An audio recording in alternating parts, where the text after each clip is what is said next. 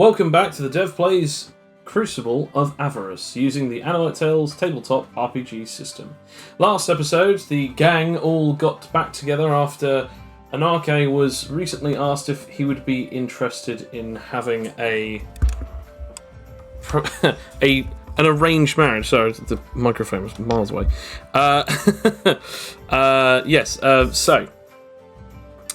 Anarche was proposed by Lord, someone who was trying to get him, Anarche, initiated into the clan, to maybe have a proposed arranged marriage. Once he asked Anarche of this, he was not really sure and immediately rushed off to speak with Aldous, who had informed him that the angels were attacking the gang. By the time that he got back there was only one left, Razriel, who he in turn defeated very quickly. After the gang got back and stole everything from the museum, known as the Archive, and kept all of the items in Anarche's Phantom Gate, they all went back and had done their own sort of bits and pieces.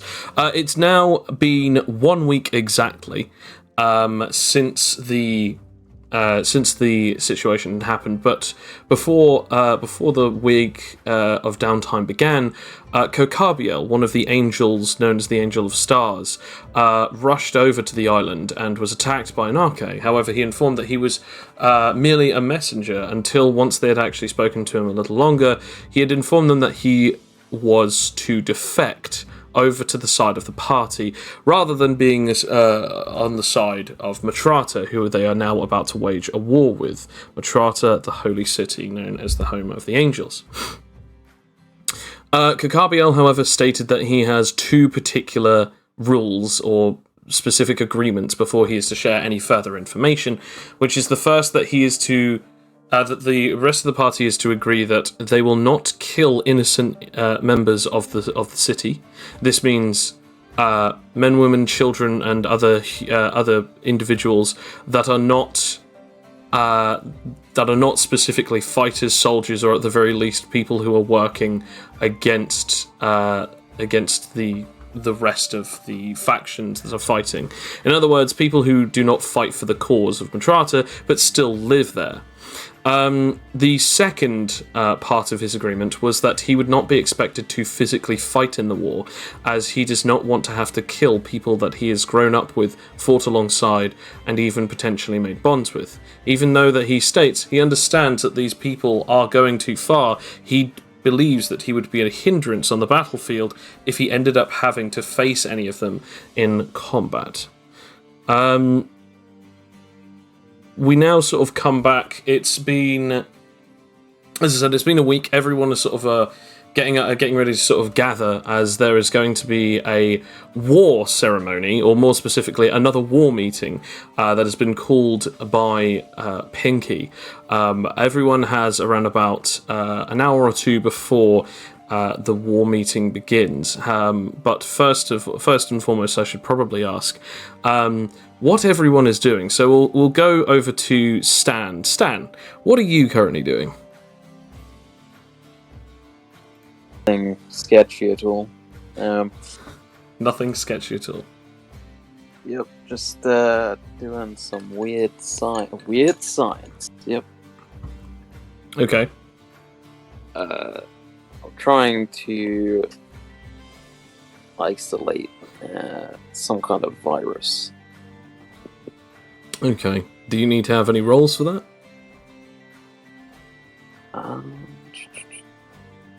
Yeah, I'll roll for my virology. Okay. Yes. Okay.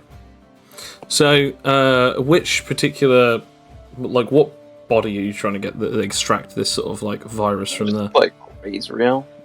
Okay, so from Razriel. Okay. You begin sort of taking a few tissue samples and a few cell samples to sort of look under a microscope and sort of see any of the things. You take these samples from the spinal cord and sort of also at the base of the neck.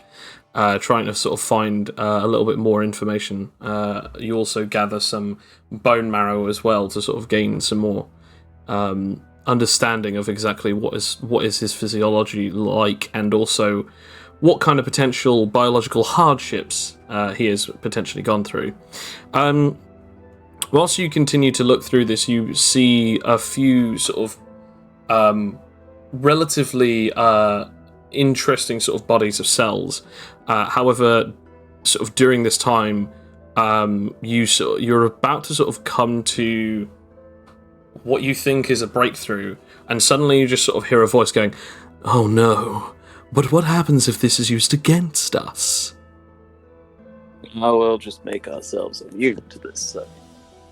We're programming it, right? I mean, we are, but what if someone else gets a hold of this technology after we are dead and buried? We won't be dead and buried. We can be buried, but soon we won't be able to die. Oh yes, of course. Just you and me and the rest of eternity. I like it.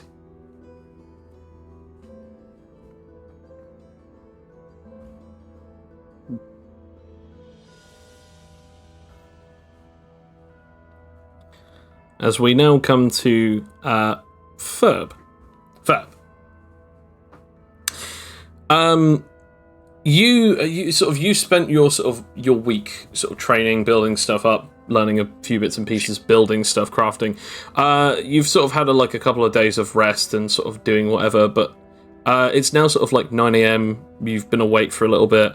What exactly are you sort of doing right now? Probably dusting off all of his benches, making sure there's no fine powders or stuff that could easily catch fire. Fair enough. Just making his stations tidy for whenever the next time he needs to make more bullets. Yeah. Understandable. You sort of continue on doing sort of what you're doing, sort of clearing up, tidying up. You know that the war meeting is going to happen in a couple of hours, so you sort of take your time to sort of just get everything set up and, sort of well in order. We now come to Felix. Felix, what are you doing? You've sort of spent time in Anarche's Pocket Dimension, and now you've also got a new upgrade. I think what Felix is doing is he's probably already over there with Pinky helping set up, maybe making food for the people during the work meeting. Just prepping. Okay. I was about to say, can you roll me survival skill? I realise you don't have that anymore. I do still have 4 levels in survival skill. You'll need to roll me wisdom. Wisdom. Okay. So a flat roll. Okay.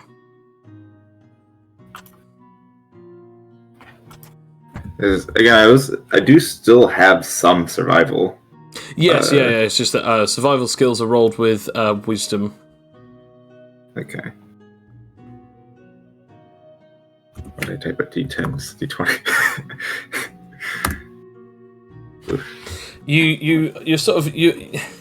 You're off with so you offer your help to Pinky as you try and help set up and sort of get some food ready to cater. She then asks if you could sort of make or cook something. You say, yeah, of course, and you begin trying to cook something. You realise the last couple of months have sort of been very taxing on your skills, as you have now gone from an almost culinary master in the kitchen to a master of 3 different meals to now not able to make even one. Waffles. You make the greatest thing that anyone could ever make in the kitchen, a mess. I think it's part of it's like the new arms. It's like a bowl in a china shop. As Pinky does actually say, you know what? I can't get used to the fact that you've got 2 other arms. You and me both. All right, well, just don't break anything else. Don't break anything else. You want me to roll dex? What would that be? Evasion? I guess it would be finesse. Finesse. Okay, so that'd be a +3. So I mean, is it at disadvantage with the extra arms? I'm gonna say no, but just Yeah, just roll. You struggle for a time, but you're getting quickly more used to them. At the very least, your hand-eye coordination isn't as bad. It's just more you remembering how to sort of make things. Sort of is becoming sort of a little tricky because these hands have over the last 4 months have very rarely cooked anything. Yeah. Because either you've only had to sort of find things that you could eat, people have bought things for you to eat, or even you have made stuff, but basic things that you could eat. And eventually, over time, especially since you've been on this island for nearly 2 months now, the island itself has so many different places where you've never really needed to worry about cooking because food is provided in most places. So your skills have been shot to hell, but also because the main thing that these hands have done, or at the very least the original hands have done, is beat people to death. Yeah. You know, it's really good for tenderizing meat. Just saying. Too bad it's potato salad. Too bad it's potato salad. As we now come over to Aldous. Aldous, what are you doing in this lovely fine morning? I think I'll just be making preparations and maybe trying to find Ferb. Maybe trying to find Ferb. Yeah, so he can, do the ceremony. Okay. And be cryptic while I say it. Fair enough. You're sort of in your church at the very moment, setting up and prepping things. One of your churchgoers comes by. This is the young lady who sort of found interest and has now sort of become more interested. She has found herself in certain situations of vulnerability, especially on a sort of spiritual level. And over the last couple of weeks, you have found that her faith in your cause and in the church have grown ever stronger, to the point of which that she, at the very least, does keep a tiny little necklace with animite in a little tiny little sort of metallic cage, as she holds it whenever she sort of shows her sort of vulnerability, her emotional weakness, or even potentially when she is attempting to gain strength emotionally using her faith or her spiritualism. She comes by to sort of see how you're getting on, and as she sort of walks in, she speaks to you and she says, "Hello there, Father. I thought that I'd stop by and see how you were doing." I am quite well. As I have said, please just call me Aldous. Of course, Father Aldous. Sorry, is this a bad time? Who's that? He has no name yet, but he will. I'm sorry? Well, you see, Ferb has an item with a soul in it. A soul that was wrongfully plucked. So I'm going to help him take it back. I'm going to help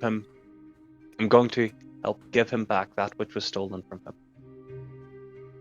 Oh. Okay. Well, if you need anything, Father Aldous, I'm here. I shall leave you to it.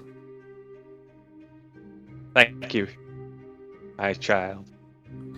She sort of bows, curtsies, sort of not really knowing how she should address you, and then she awkwardly sort of then leaves out through the main door.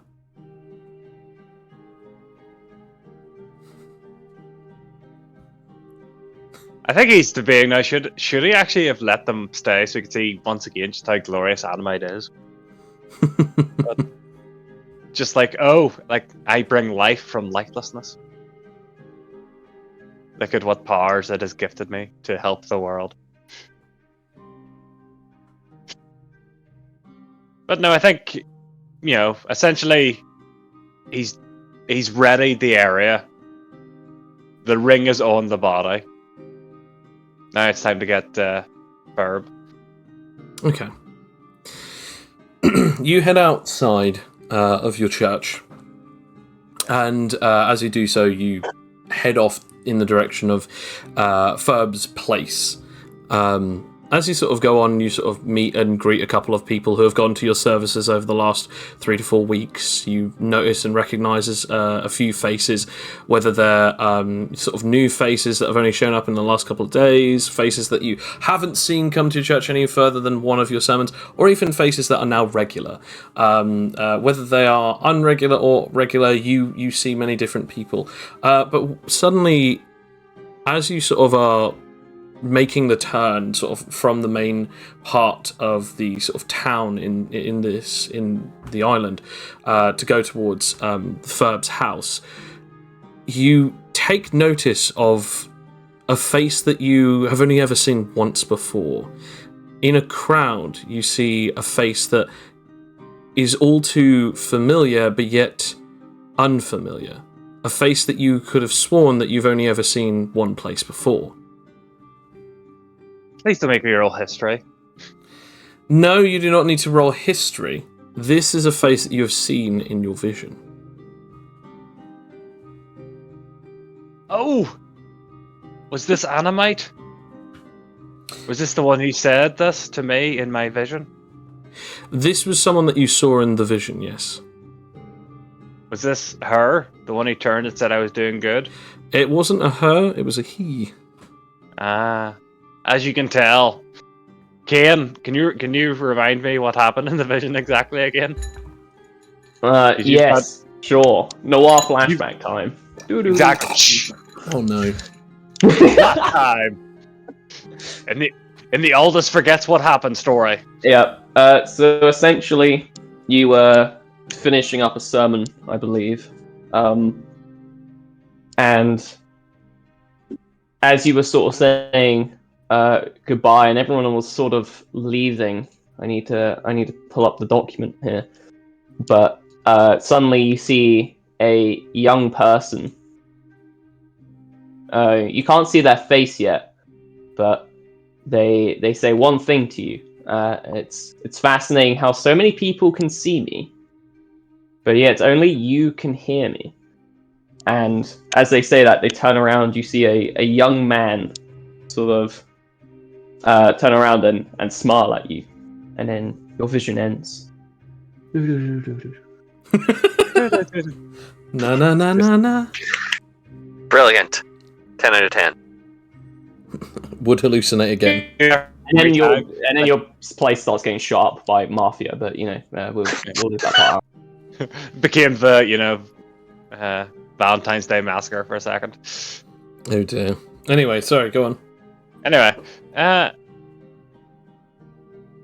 is he just walking about, or is he like looking at me? You see them sort of walking around amongst the others as they sort of go off in different directions. They seem to be sort of walking sort of in towards your direction, but they are not looking at you, almost as if they are unaware of you. Does he make noise? You do not hear any particular noise coming from him, but then again, that might just be because there is a great deal of people crowding round this area, and he is but one person amongst many. I meant more the song. No, I know what you meant. I just thought I'd be. Make me have to clarify myself. Yes. Oh, okay. I guess I will walk closer, like close to where he's walking, and see what happens. As you walk closer, like you walk towards him, you're now sort of getting closer and closer. You're about maybe 5 meters apart from each other, but people still keep rushing in between the two of you. As once a person sort of passes past the two of you, so you sort of lose eye contact on this person for a second. As soon as the person passes away from the in between of you, you notice that this person is staring right at you, and a smile slowly creeps across their face. A smile of almost kindness, if not a little bit of cheekiness.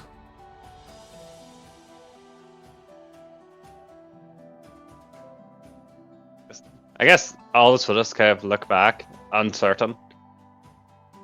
Because he's never had a vision actually Animite talk to him like this before, he thinks. Is this? When you say look back, do you mean as in look away or look like look at him. No, he's just looking at him. Fair enough. At this point, he stops moving further forward. There's now about 4 meters in between you, but people still are rushing past and around you, sort of like barging through and in between the two of you. Hello? Another smile across the face, this time a lot warmer, as another person passes between the two of you and he is gone. Do I sense any spatial magic? You aren't normally able to sense spatial. Well, more okay. What I'm saying is, do I feel like I could rip a hole and go where he went? You can attempt to do so. Okay. Just to see. Like,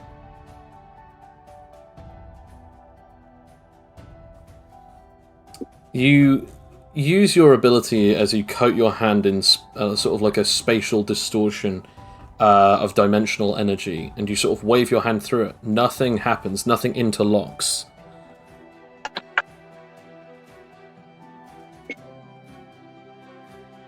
I guess it's kind of like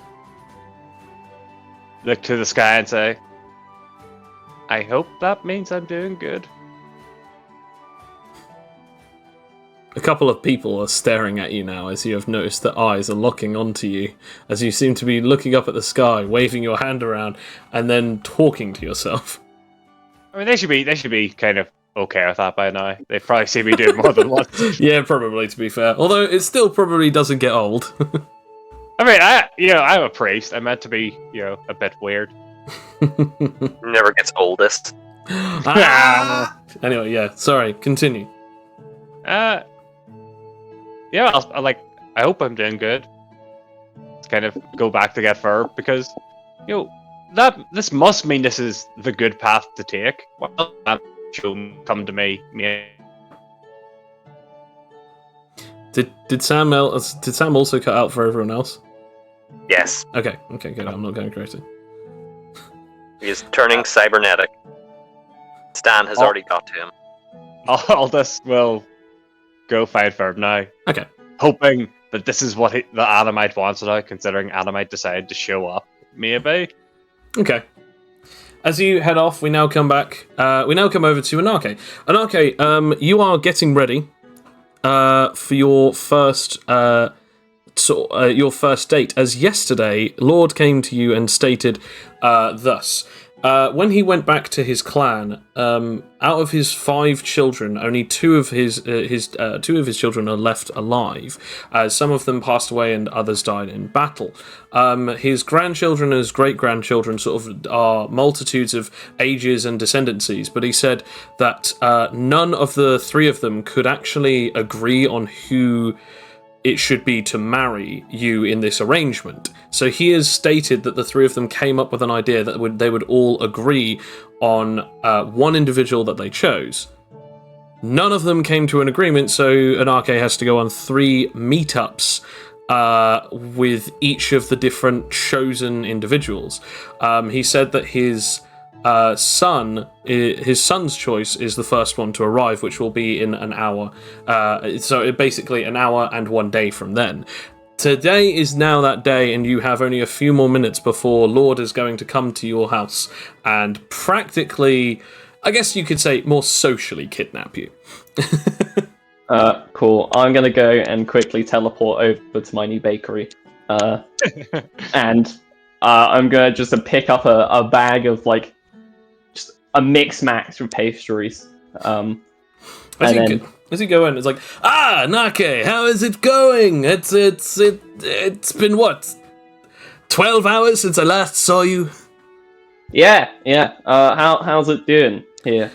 Well, you bought my place in, what was it, this time last week, and I did have no way of getting anything here, but, well, when you're friends with someone who can teleport, and apparently this island can make and build buildings in a matter of seconds, and also since you have that weird creepy guy who can seem to make any kind of piece of technology from his own body, I was, pretty much astounded that in a matter of only 2 days, I had a complete and total well-working muffin shop, or pastry shop.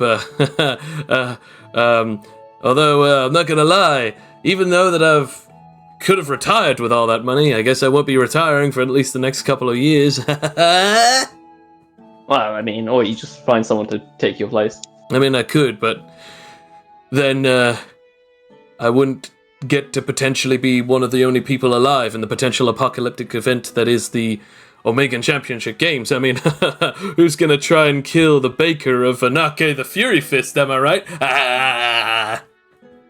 Yeah, I mean, you're not wrong. Speaking of pastries, actually, can I just get like a mixture bag? One regular on the house. As he gets this big, large sort of plastic bag and throws one of everything that he basically looks at you. He puts his hand near it. He's got a glove-covered hand, and he sort of looks at you, and you nod. And everything that you nod at, he just funnels at least one or two in the bag until the bag is so full, and he just puts it on the counter. Ah, well, thank you. I would spend here a bit longer, but I'm a bit in a rush today. No worries, boss. You keep on going, and I'm gonna keep on baking. Alright, see you in a bit. He sort of waves you off as you head out. I'll teleport back. Yes, you get back to your home. You have only a few moments before Lord is supposed to arrive. Grab myself a glass of water. And just gonna, I guess, sit down on my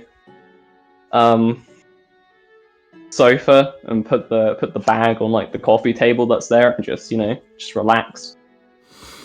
So my question is, obviously you went to your tailor at some point. What did you get him to make you? Oh boy. Well, here's the thing. Anake doesn't understand fashion sense at all. Really? Mr. I wear a yellow flame black background gi? Yeah. No. He looks like a wrestler in that. So. He does, which is brilliant. So, I mean, I feel like, we're going to go classic UK style here where it's just very bad hoodie and some jeans and some shoes that don't match any of it. Oh no, he's got bike shoes. Yep. Gladidas hoodie. Not a Gladidas. Not the Gladidas. It's not even a real one. It's just like a fake one that they shipped in. Gladidos. Yeah. Oh dear. Yes, as you've got all of this swag, eventually there is a knock at your door. Oh. I'll put the drink down and I'll grab the bag of pastries and I'll walk up and open the door.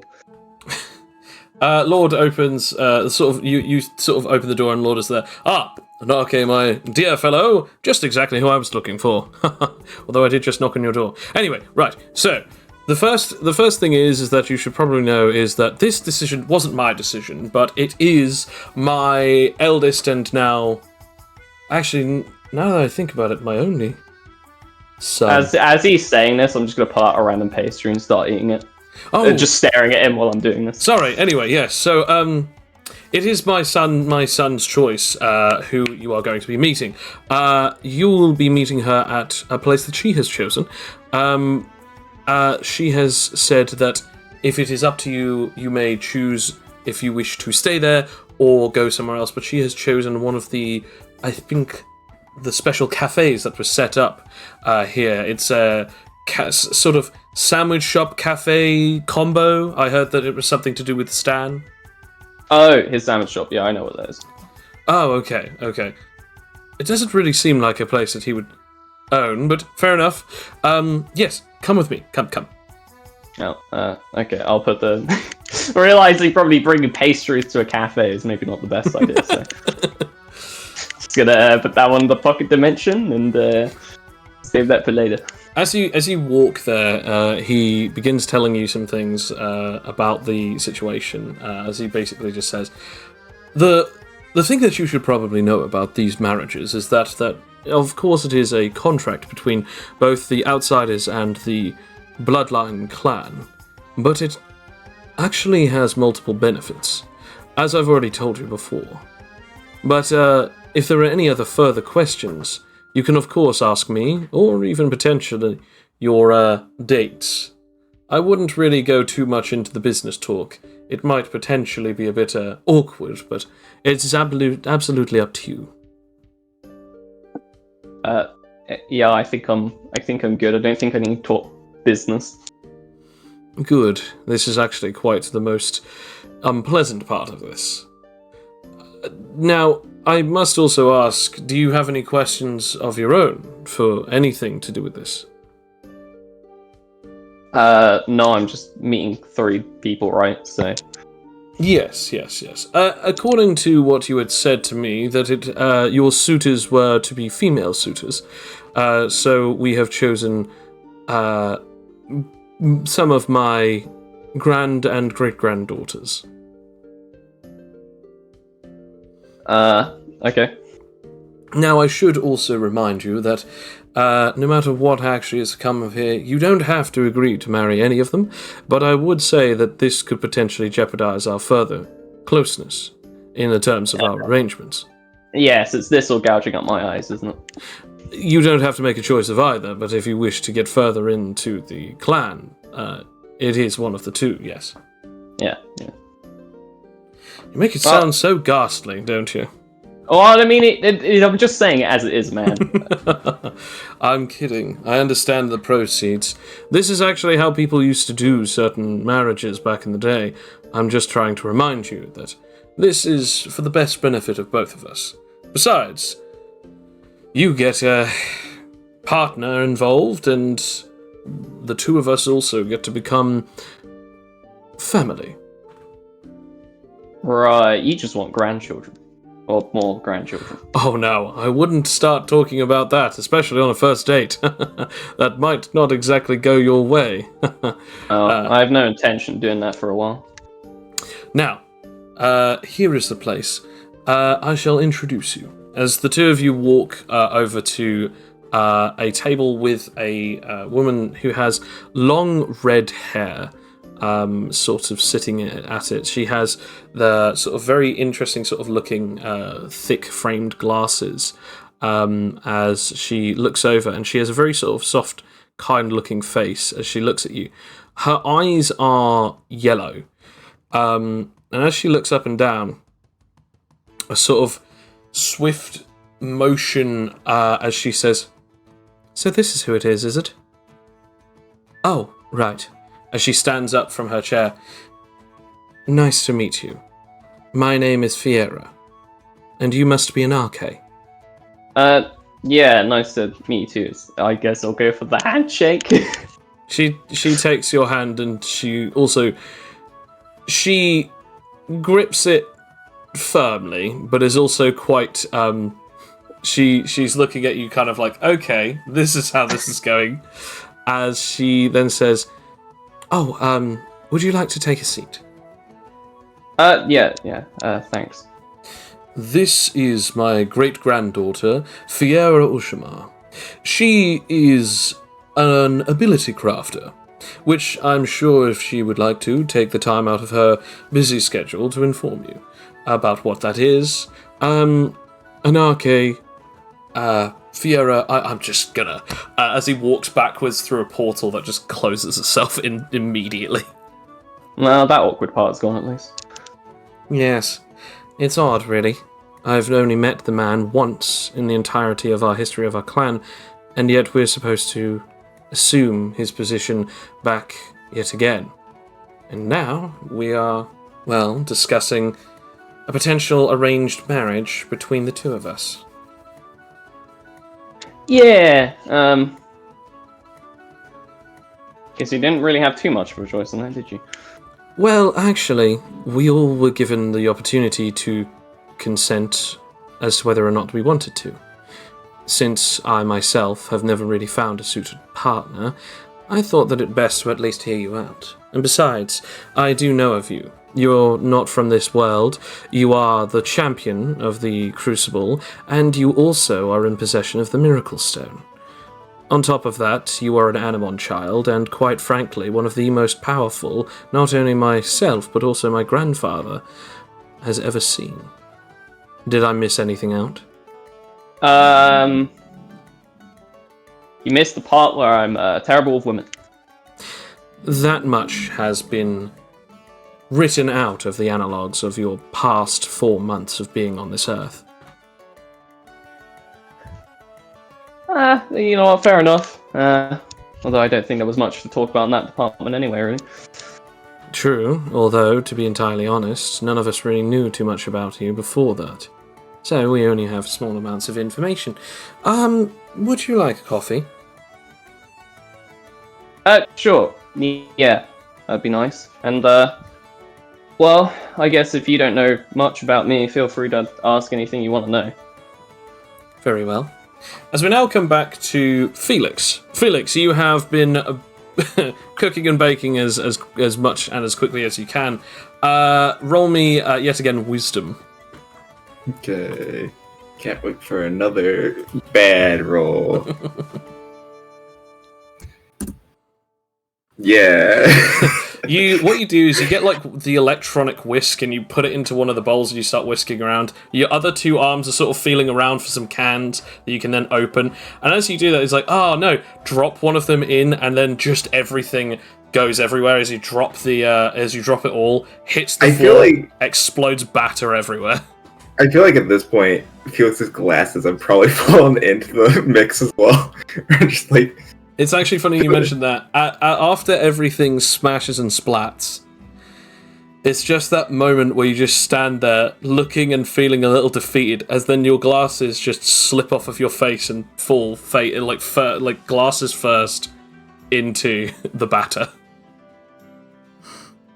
Yeah.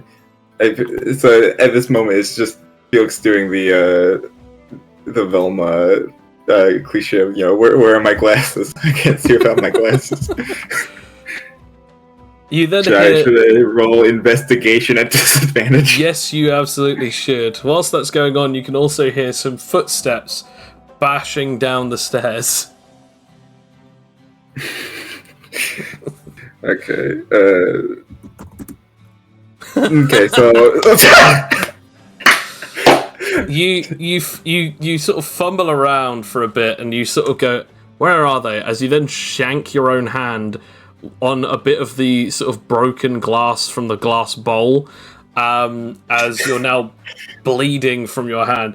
As you just hear from just the other room, as you can hear Pinky Stomach. What the hell was that? What the hell have you done?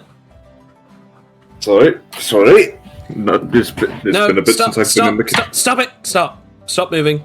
You're currently spreading all of the batter everywhere, glass all over the place, and you've got a severely cut hand. Sit down. All right. He sits down, like all the china starts to shake. Look, I'll clean this up, but you need to get out. Well, once I've patched up your hand, because this is ridiculous. Look, we don't need all of this, and I appreciate your helping, but you probably should get that checked out. So you should probably go over to Aldous. Just hold on, I've got something for it.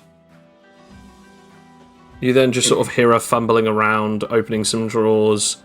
You can hear some shlinking noises of both shoes mashing with both sort of slosh under the floor, as well as glass just sort of shlinking off to the sides as she's sort of brushing it away.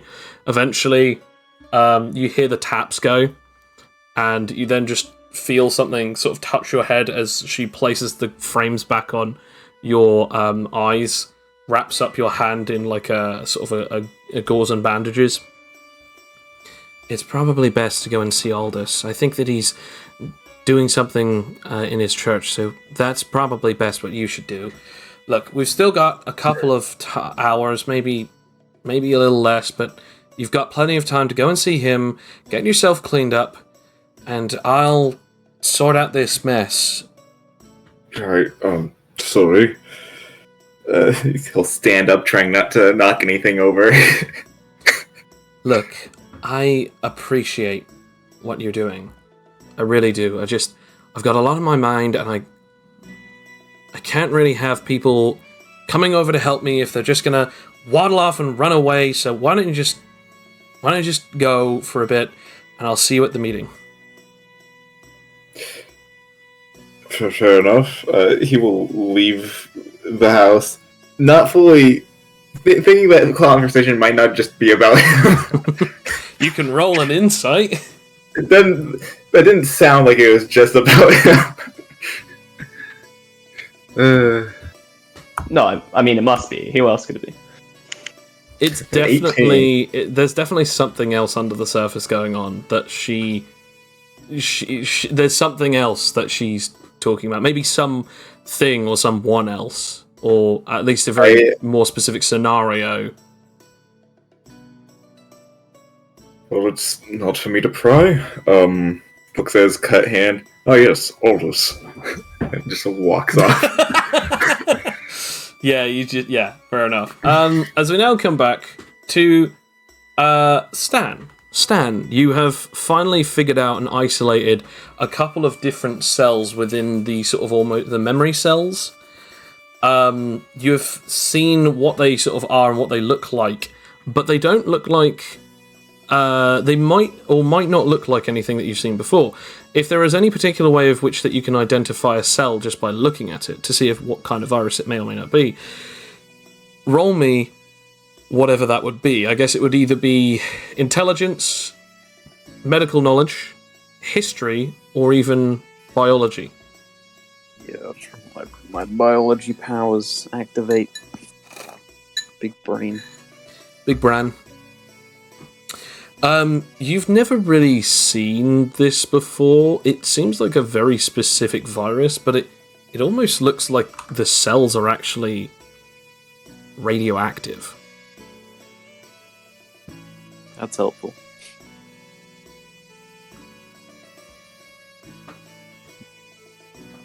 As Can no.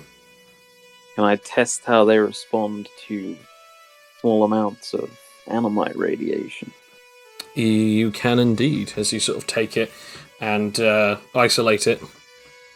And you do so. Roll me, I guess, again, biology.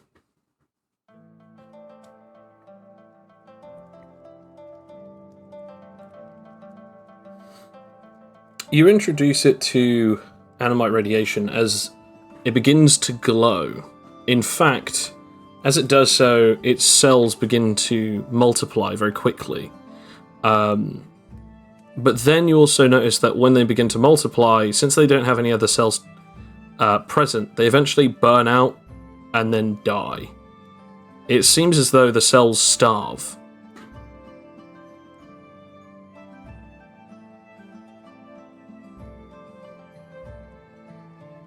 Well, I need more cells for the viruses to inherit.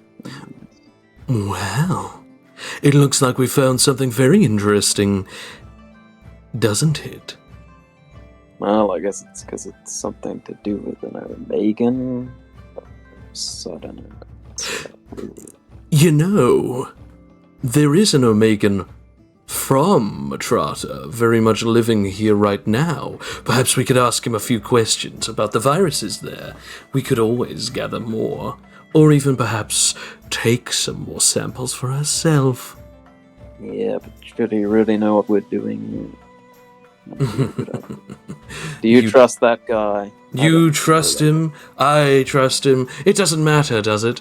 The truth is that if we know how it kills them, we don't need trust.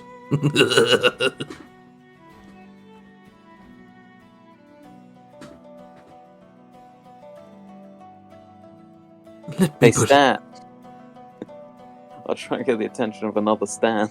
Another Stan comes over to speak to you. What do you think of the weird new guy from Matrata? He just sort of just shrugs his shoulders, unless if you want to speak as him. I'll speak as other Stan. I don't know, Stan. He just kind of shows up out of nowhere. He's apparently on our side. Why do you want him? Anyway, you gonna clone him or something? We're gonna find out exactly what makes him tick. Also to find out more information on the place known as Eden.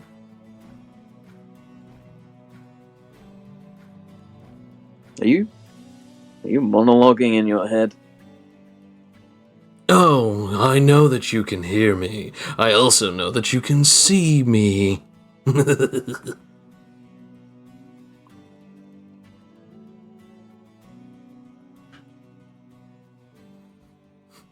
As you just sort of stare at the clone's staring back, he can't really see what is happening because you've covered up what is happening. Yeah, I mean, of course I'm monologuing in my head again. I do that all the time. But it's in... you can hear me! You can all hear me, because I am real!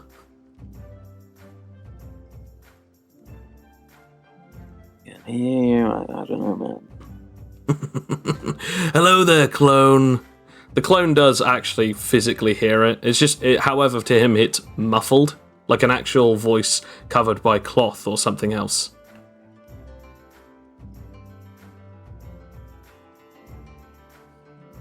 Yeah.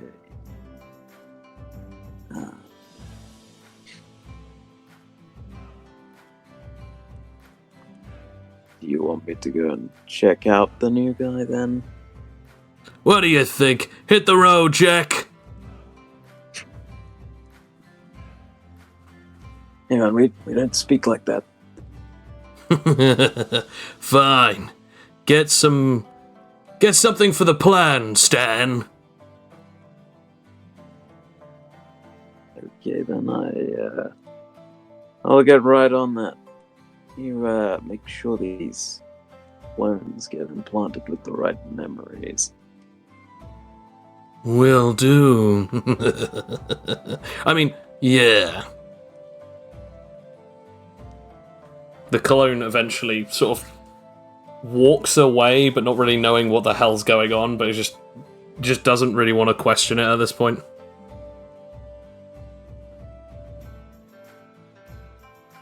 Do you think we need to worry about that guy? I think we need to worry about everyone. I mean, wouldn't you worry about a rogue you trying to get you to do something that you don't want to do? I mean, that's a whole lot of yous in just one sentence. Would there even be a rogue me? Yeah, I mean, anyone who's not the real you is a rogue you. They just haven't turned yet, right?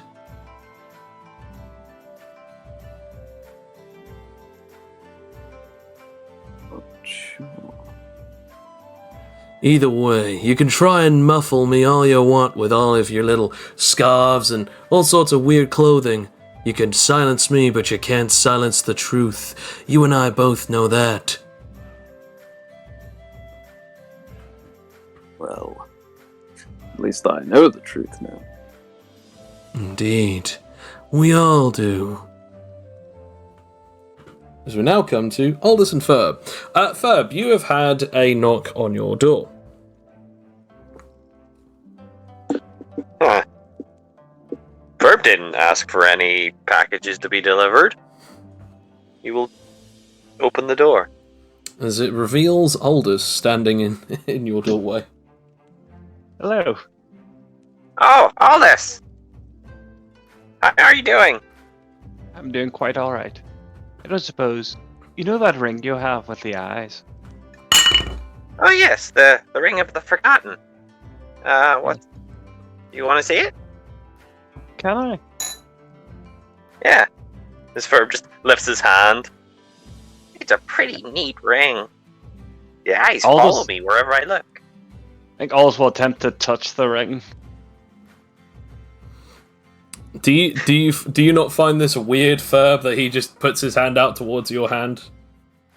No, like just with the finger, I mean. I mean, either way, it's still that you're trying to touch his hand. Yeah, the ring. He was mentioning the ring, and now he's reaching for the ring. It doesn't. I'm going to roll a disadvantage willpower. Okay.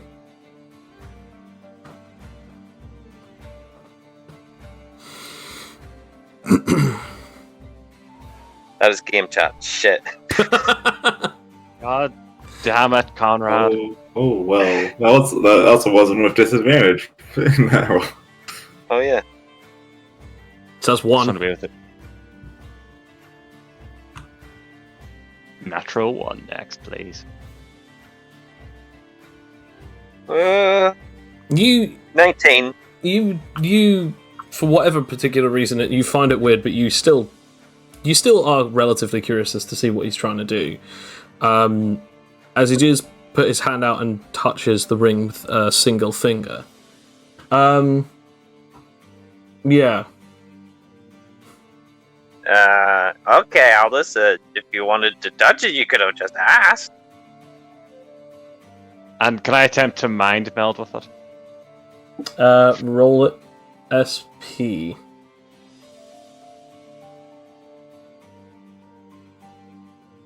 Okay. You begin trying to read it, and nothing really sort of happens. Hello? Are you awake in there? I mean, I'm not saying this out loud, I'm projecting it to the ring using telepathy. Again, nothing happens. You don't feel like as if your mind is reading this thing, nor do you feel like as if you're mentally linking to it.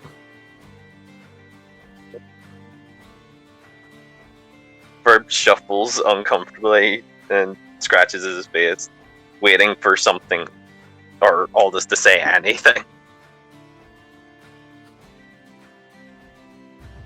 Good 5 seconds, nothing. And then, Aldous, yes? what are you doing? I'm attempting to communicate with the being inside this ring. There's something inside the ring. It's just a ring, Aldous. No, it's not. I heard remember when at the museum I talked to it? Or him? You never told Ferb that, by the way. Oh, thought I had. No. No. Aldous, are you having some communication issues with Animite again? I don't think this ring is Animite infused at all. I know. I can give you the other ring that you infused. That might work better. No, the Omegans, actually, was it the Angels? It was Was it one of the angels? it was a scientist who worked in there. Yeah, he was. I don't think he had wings, but he definitely worked with the angels. This was an item created by the Angels, and they pretty much, from what I have gathered in the memories he showed me, took his. From what I have gathered, essentially killed him and turned him into this ring. Oh, that's awful. I know. Worst part is he's still in there. Huh. You know, I So- did find it strange that whenever I showed it to Jimmy Grum, he just instinctively tried to put it on as soon as it was in his hand. Then will you allow Must me be to take it from you, so I may help free him? Take the ring. No, I need a roll. Yep. Willpower disadvantage. 2d10, 2d20 plus 8. 20. Both 20. Damn, nice. You don't really want to, but based on what he's saying, you feel like you at least want to hear him out. So you're interested enough to, at the very least, part with the ring long enough to see what's going on with it. Okay, you've never steered me wrong, so don't really have any reason not to believe you. So, just for a while, okay? It feels weird when I take the ring off, as you'll slowly take it off and give it over. I will take the ring.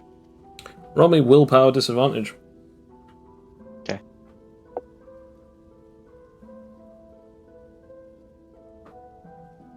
Uh, 18. You think to yourself, this ring is filled with darkness, and that it would be nice to wear it. But there's a part of you that also knows that that's just the hold from this ring. You that's- place it in a pocket for safekeeping, rather than wearing it. No, but I always kind of hold it in my palm with like. And I was also going to say you keep it in a pocket for the same reason of, you know that holding it for a certain amount of time will make you want to wear it. Oh, okay. Then I will. I guess. I mean, should I bring Ferb to the church? I mean, Ferb seems relatively interested in at least hearing you out. Oh. Do you wish to see what I am attempting to do? Yeah, I'm interested. Okay. Let's go. And I will. Can I teleport back to the church?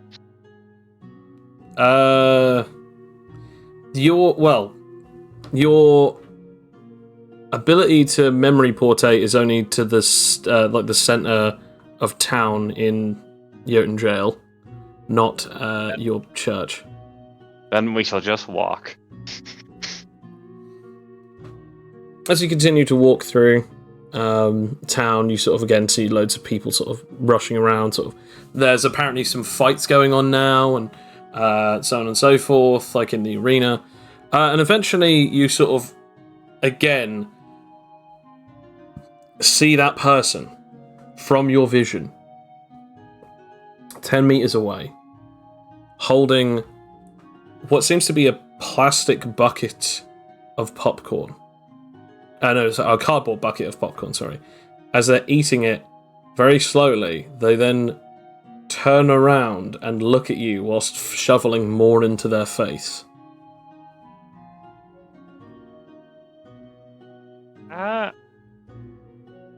Yeah, I guess I'll walk over. You continue to walk over to the person, but again, another person gets in your way. Oh, sorry, mate. Oh, sorry. Oh, I didn't see where I'm going. This dude is massive, towering over you. Massive, huge, bulking berserker husk. Red, deep skin as he's sort of looking at you. Oh, I'm ever so sorry. You're a priest. Oh, forgive me, father. It's fine. It is fine. Don't worry about it. He then claps his hands together and sort of bows at you, and then he sort of like walks away. All this is alright, like craning his head past him to see if he's still there. No, he's not. The young man with the popcorn is no longer there. You okay, Aldous? Yeah, that guy just stormed right into you. That's fine. People do that. There's a fight going on after all. He's probably more excited to see that. Yeah, but you should have seen him coming.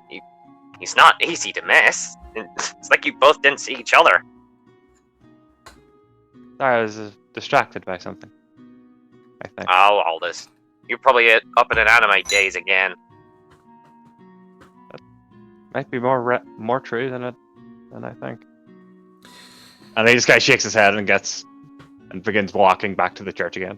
Fair enough. As the two of you head off back to the church, we now go back to Anarche. Anarche, the two of you have now gotten your beverages of choice. She has gone for a latte, but what have you gone for? Anarche is probably a weird person, so it's probably tea with like 3 sugars and a lot of milk. As they bring... just a lemon. As they bring that, it's just... So, tell me about yourself. Do you have any more specific parts you want to know, or just... I feel like you already know the general stuff about me. Your brothers. I heard that you have 3 of them. Do you have any more siblings? No. They're the only three I have, and an uncle, and that's about all the family I have. What about your parents? They died ages ago. I'm sorry. It's alright. I never really knew them, so it's hard for me to really feel anything about them. Oh. Okay. Well, nevertheless.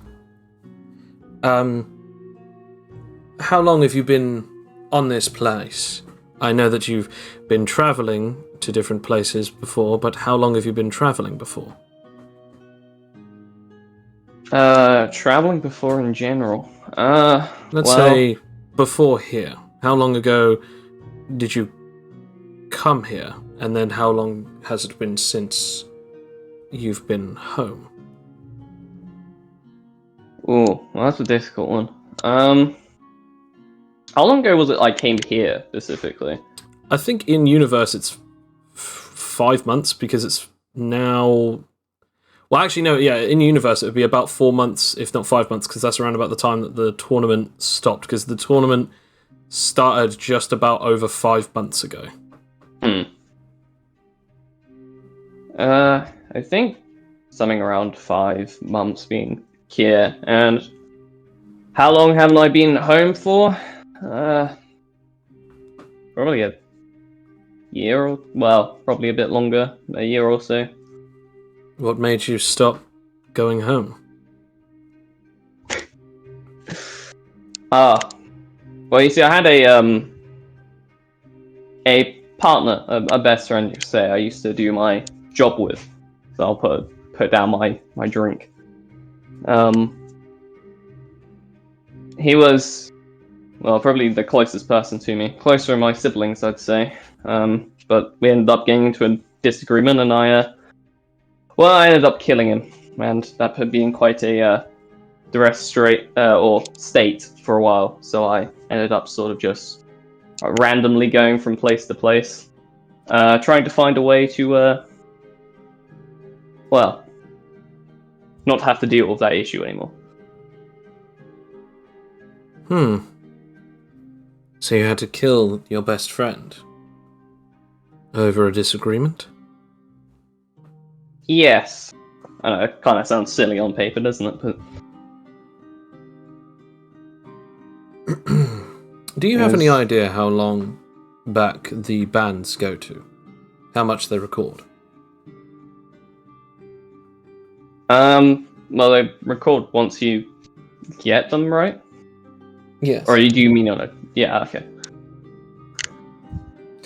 We've seen many things over this time. People kill or be killed. My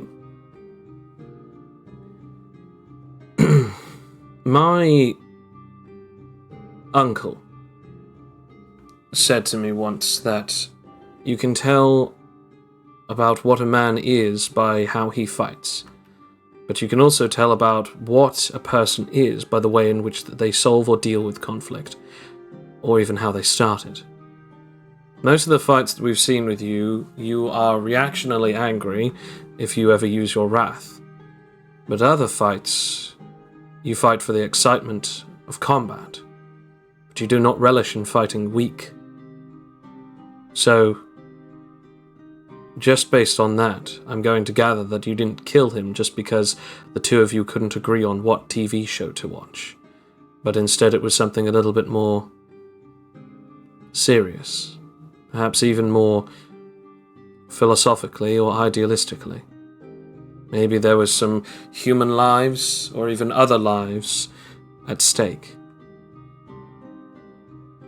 That's just a theory. Well, I mean, you kind of just got the whole thing in one go, so well done. It's kind of my job. Speaking of which, Lord said that you create techniques. What exactly do you do? Well, I'm an ability crafter. I work for my family as someone who creates special SPMAs, superpower martial arts, but an ability crafter can also create abilities that aren't necessarily for martial use. Perhaps they're even to create further helps in other ways of life, using powers. For instance, your ability to control and manipulate energy, and even heal others, there could potentially be ways in which that you could even further fasten that to the point of which you could potentially even use it to heal people even faster. Perhaps even have an ability that automatically locks on to who or what is in need of healing. Similar to your showering light, but a little bit more focused.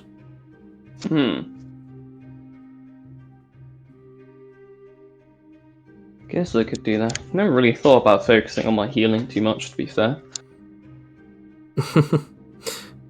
When you've got a gift similar to ours, where you can have many different ways in which that you can use your abilities, it seems silly that you would only ever use them for martial capabilities. If you could use them to help others in the battlefield or even everyday life, it almost seems a waste. For instance, years and years ago, there used to be an item where it would have a screwdriver, a knife, some scissors, and all other kinds of different tools inside.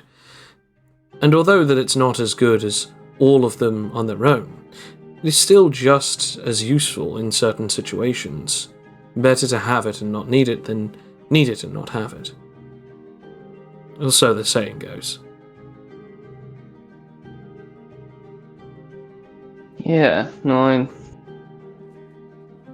I see that. It's odd considering, well, I mean, maybe I got the wrong impression from the other Ushma members, but they all solely seem focused on just power and pure martial capability. I guess they are the warriors of your clan, but...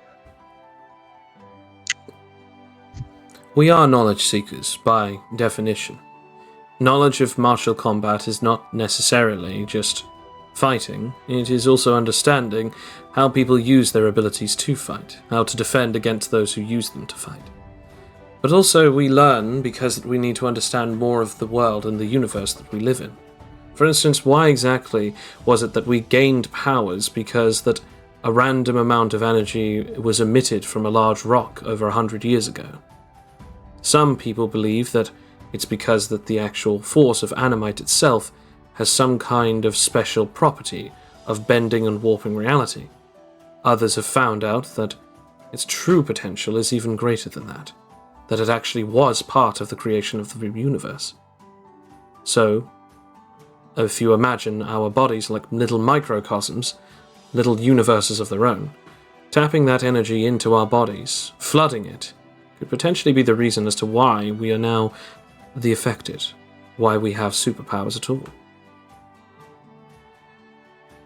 Yeah, sorry, it's just... I swear my universe figured it out, but I was really bad at biology and power stuff at that point, so I don't really remember what the answer was.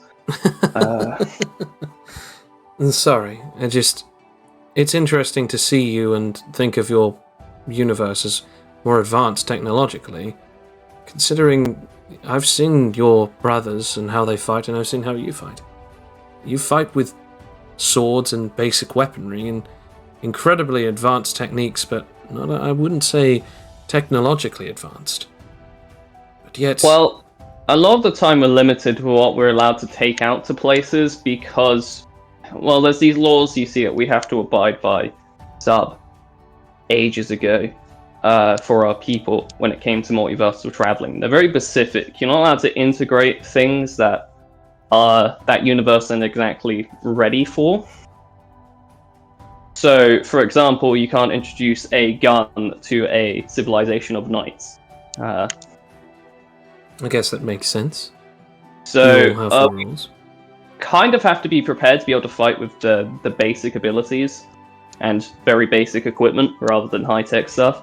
There's a few places we've gone to where you can bring high-tech stuff, but normally we tend to make deals with those places and a few other shenanigans, but I was never really a part of that company. I was more on the expedition part of the group.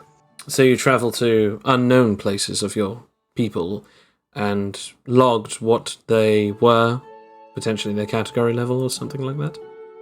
Essentially like that. to be honest, my partner did most of the work when it came to that. I kind of slagged off in that department. But yeah, essentially it was report back what might be useful and keep traveling. And then once in a while you'd come back, relax for a bit, and then go out again. I would like you to roll me a charisma. My greatest stat.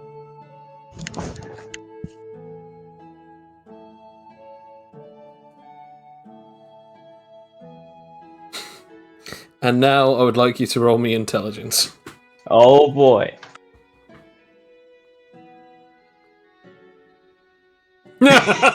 2 and 2. She seems to be relatively interested until a certain point when you sort of explain things. She's fascinated for a certain point, and then she looks rather disinterested. You feel it might be because of the way that you're explaining stuff to her, or maybe it's the fact that you realise that it's been almost 2 years since you've last heard anyone talk about your own civilization's technology, and so you realise that you can't even remember a good majority of the stuff that they use. It's just like really vague stuff. Like, when this doohickey did this thing, and suddenly we'd have a house. I mean, There were just like infinite muffin machines. I don't know how they work. They just produced infinite muffins. Eventually, First 2 batteries.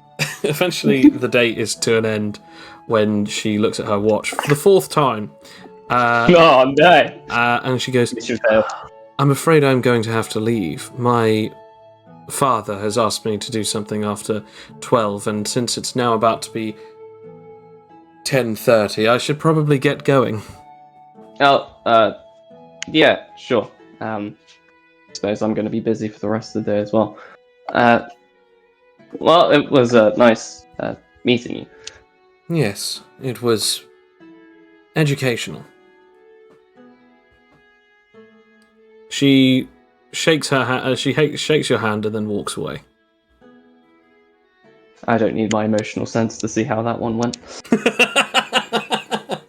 A portal eventually opens in front of you as Lord walks out. So, how did it go? Oh, where'd she go?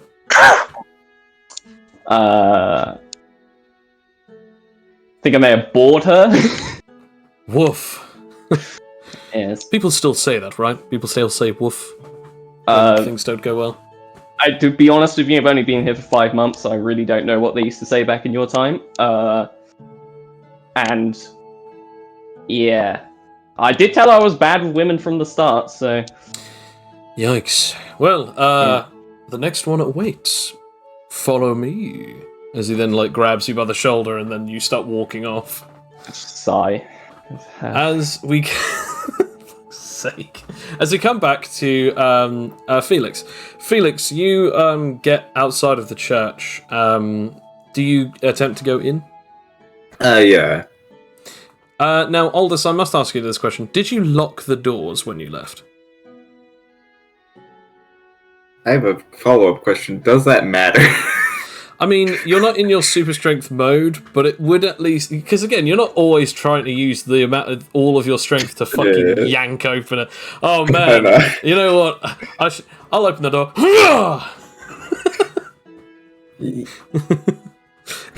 It's less that it matters when you find out, but it's more it matters so that you know that it is locked. I mean, if you had your super strength active, probably not, but... That doesn't help that all that said BRB right before you're like, no, Felix. Oh, no. So I guess flip a coin. I'm going to say that it is locked just for the sake of this, but yeah. The doors of the church are locked. As you sort of try to open them, you notice that they are not opening and that they are locked. You sort of look at your hand, still covered in the bandage. Well, he'll knock on the door, I guess. I assume I'm not taking any damage currently. No, you're not. We can come back to you as soon as Aldous is back. What I'm going to do, what's the sense thing that I have? Where is it? It's from my sheet. Oh, yes. Instinctive will? Instinctive will. Yeah, I'm going to do that, see if I can gauge if Aldous is even in there. Okay. I believe it's just an instant activation. Yeah, you have to. I think you have to roll for it. Grand instinct. Yes, that's it. Yeah. It's a requirement 10 plus. I have a plus 10, so Don't get a nat 1. Don't get a nat 1. Cool. Awesome. You, what's your range for this, by the way? Scroll back down to where we're... I need to organize my sheet. And I'm back. Awesome. It should be like...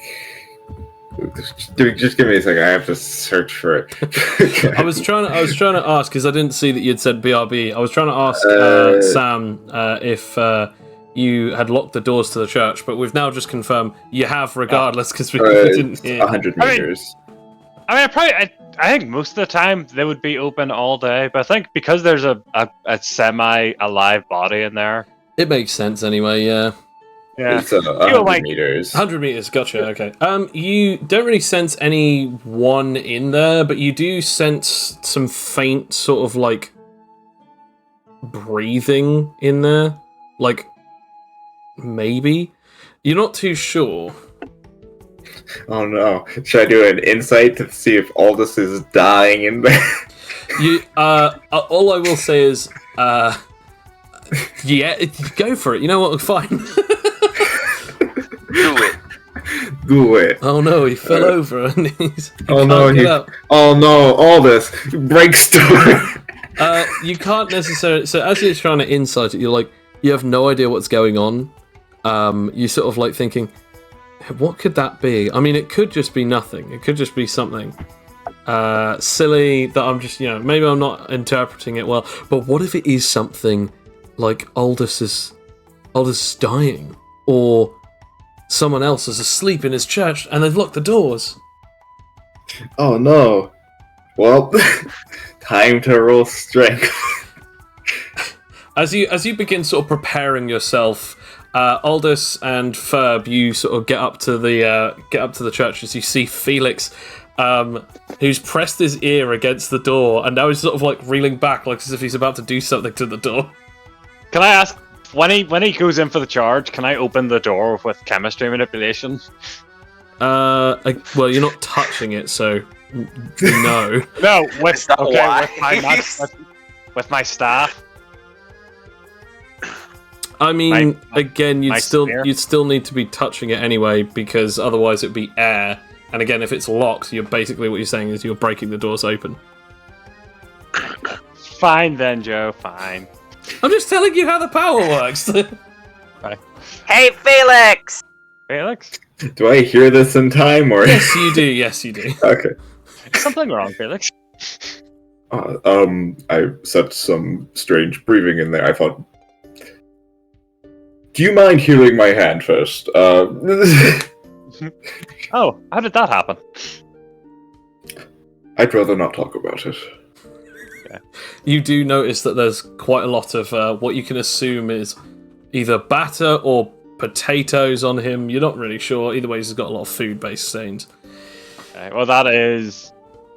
I mean, yeah, you definitely heal his hand, and so you can sort of take off the bandages. Your hand no longer has any of the cuts on it. It's still like a little blood-stained, but it's fine. I mean, you don't get any of that because it was just a injury. Don't worry about it. And Just also, heal even more. Also, Aldous, you don't get any XP from that anyway either, because it's fine. I don't need XP anymore. Do you mind telling me why there's breathing in your church? Like, it's locked. Someone's breathing in there. Oh yes. There's a body in there for this spring. You see. Okay. The ring that remember that ring with the eyes? Right, the one that yes. What about it? There's a soul inside of it. Right. And it was essentially forced to become this ring. Makes sense. As rings have, as is typical for rings, yes.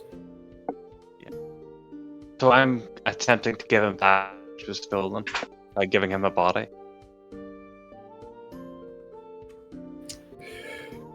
Okay.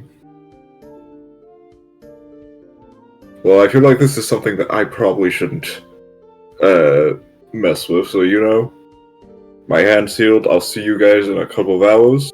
I would go back to help Pinky, but right now I need to change clothes. Do you want that? I can Say again, wave Sam? my hand. Yeah, Do you want me like to do that. that? Oh. Do you want me to do that for you? No, it's fine. I have a laundry machine. I can Sure, Felix, this could be pretty interesting. power of animate. Oh, I think I'm good. I'm gonna ask you to roll me a. I'm gonna ask you to roll me a wisdom here with advantage, Felix. Okay. Do you not trust Aldous to instantly fix all of your problems? How dare you? No, I don't. To be honest, no, I don't. 16.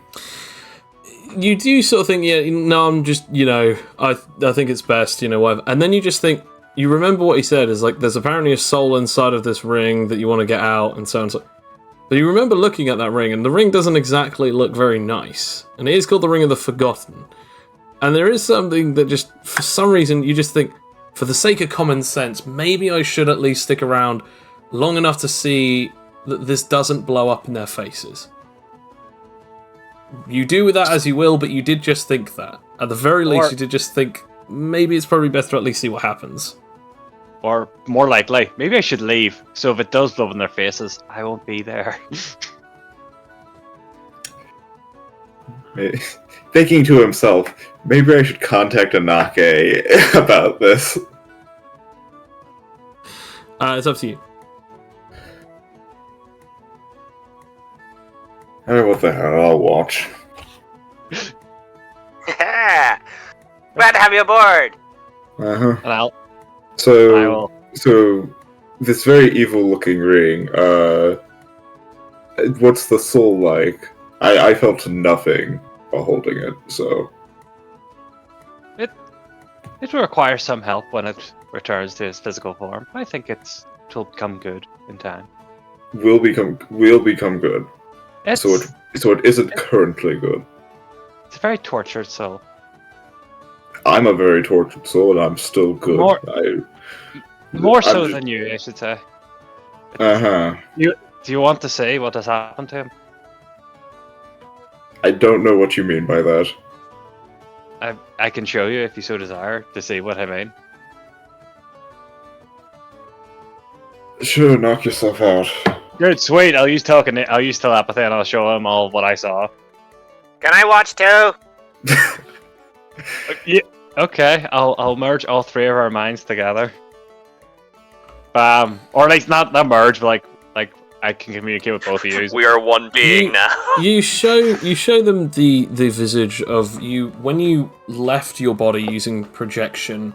You floated towards Ferb's body, and you accidentally came in contact with the ring. And upon doing so, this thing appeared as like a massive amassment of eyes and sort of a really messed up sort of voice, as it told you that it is known as the Forgotten, that it had this whole sort of factor that it is almost like this weird incarnation of the ability of the ring, as it seems as though anyone who wears the ring and dies or is maimed, the ring then rewrites them out of reality and then rewrites them back into reality, with those alterations completely gone.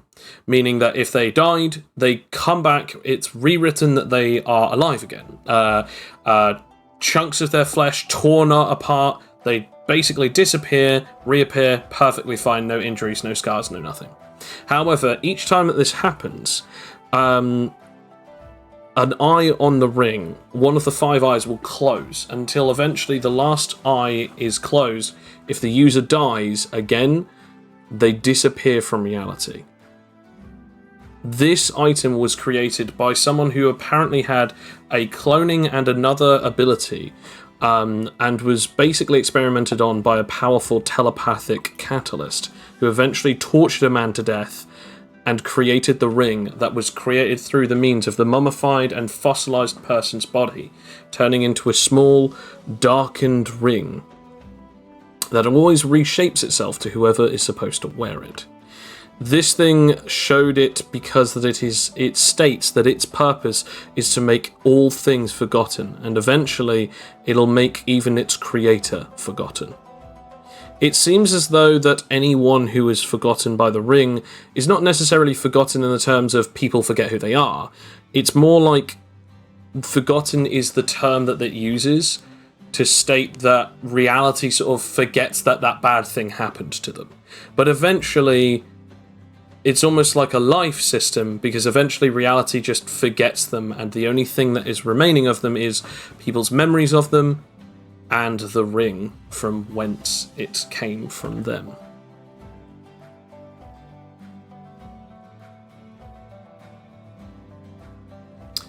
Once these visions disappear and end, you are both looking at Aldous as he's still like physically like in contact with you once he lets go, and you know the memories are now over.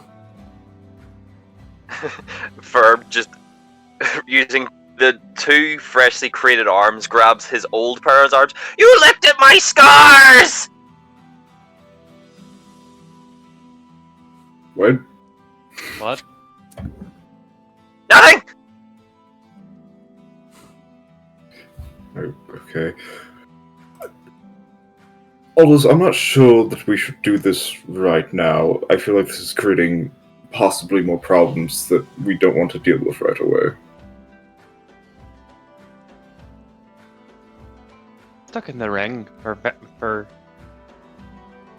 gee, how long roughly? A century? You have no idea. It could be a century, it could be 10 years, it could be anywhere between yester month or 100 years.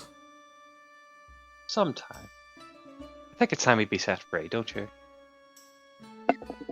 If something bad happens, I shall take care of it, don't worry. Have a little faith. I'm just saying, I don't want to lose another soldier for this war.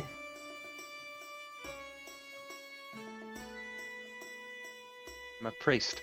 We try to make the world a better place. Just try not to make it worse. You're being too negative, Felix. If this works, we might gain another soldier for the war. If they've been trapped in a ring for who knows how long, I doubt they're wanting to fight in a war. And that's okay. Well, I am to go wherever he wants. True. But he might be grateful. Just don't do anything stupid. Well, that's why we're here, in case anything goes wrong. If he creates a monster, we'll gun it down. I'm going to sit there for a moment, and I shall go quite still. Don't worry, it's because I'm just projecting outwards. And all this will kind of go sit on a pew and just and begin projecting, so I can try to get back into the ring again, so I can talk to him. I feel like Felix is just looking at the situation disapprovingly. Actually, does that work? I think is it 20 for projection? No, 15. Wait, 15 plus. Is it? Yeah. Nice. Okay. That's sweet. 2 berries works in this case. Woo! Oh god, it burns. The next campaign, 2 berries is going to count as a nat 1. Yes. And nat ones are actually better than 2 berries. Nat ones don't automatically lose you it, it's just the lowest possible denominator. Yeah. And just, expand my mind outwards, and then try to get into the ring in my pocket. Okay. Aldous' body goes limp as he sort of just begins lying down on the pew. However, you begin to attempt to enter the ring. As your psychic body touches it, you then feel the amassment of darkness well up and burst out from the ring. Again, only you can see this, as 5 eyes open up, 5 green eyes open up in front of you, as the voice says, "What do you want this time, priest?" I have a body ready for you if you so desire. What? You see over there? And can I indicate to the body? It looks over at the body. And pretty much I will have made sure to make it look as close to the body that I saw before, the one that became this ring. It looks back at you. It says nothing.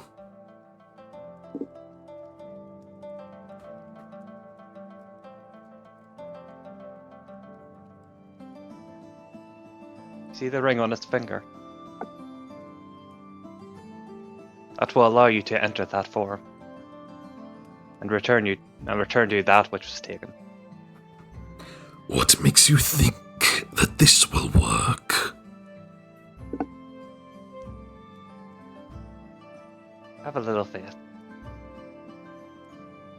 Do you want to step out of the darkness and back into the light? I am darkness.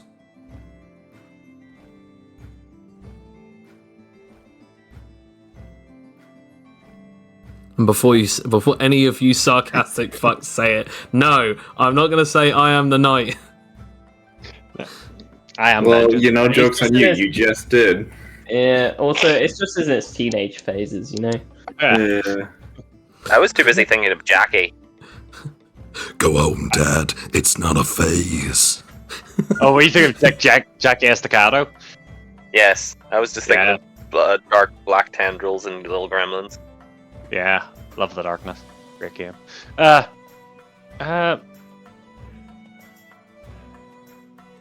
okay if you want to be the darkness. But what I'm offering you is your life back. Beyond this small dimensions of this ring.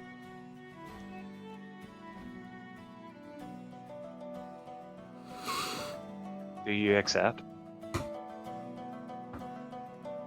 It looks at you again, sort of staring. Aldous will smile sincerely. It does not answer any of your questions.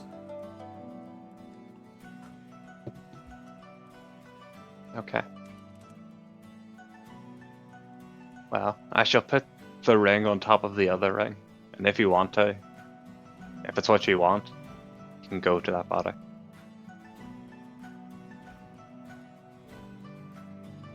And I guess Aldous will slowly pull himself back out. Okay. Okay. And then return to his body. Yep, you indeed return to your own form. Okay. And I will take out the ring. The ring. And attempt to put it on the body. No, by put it on the body, I mean put it on the telepathic ring of projection. Put it over that. Okay, so you put it on the finger that also has that ring on it as well, yeah? No, I put the ring over that ring, on top of that ring. So it is like 2 rings.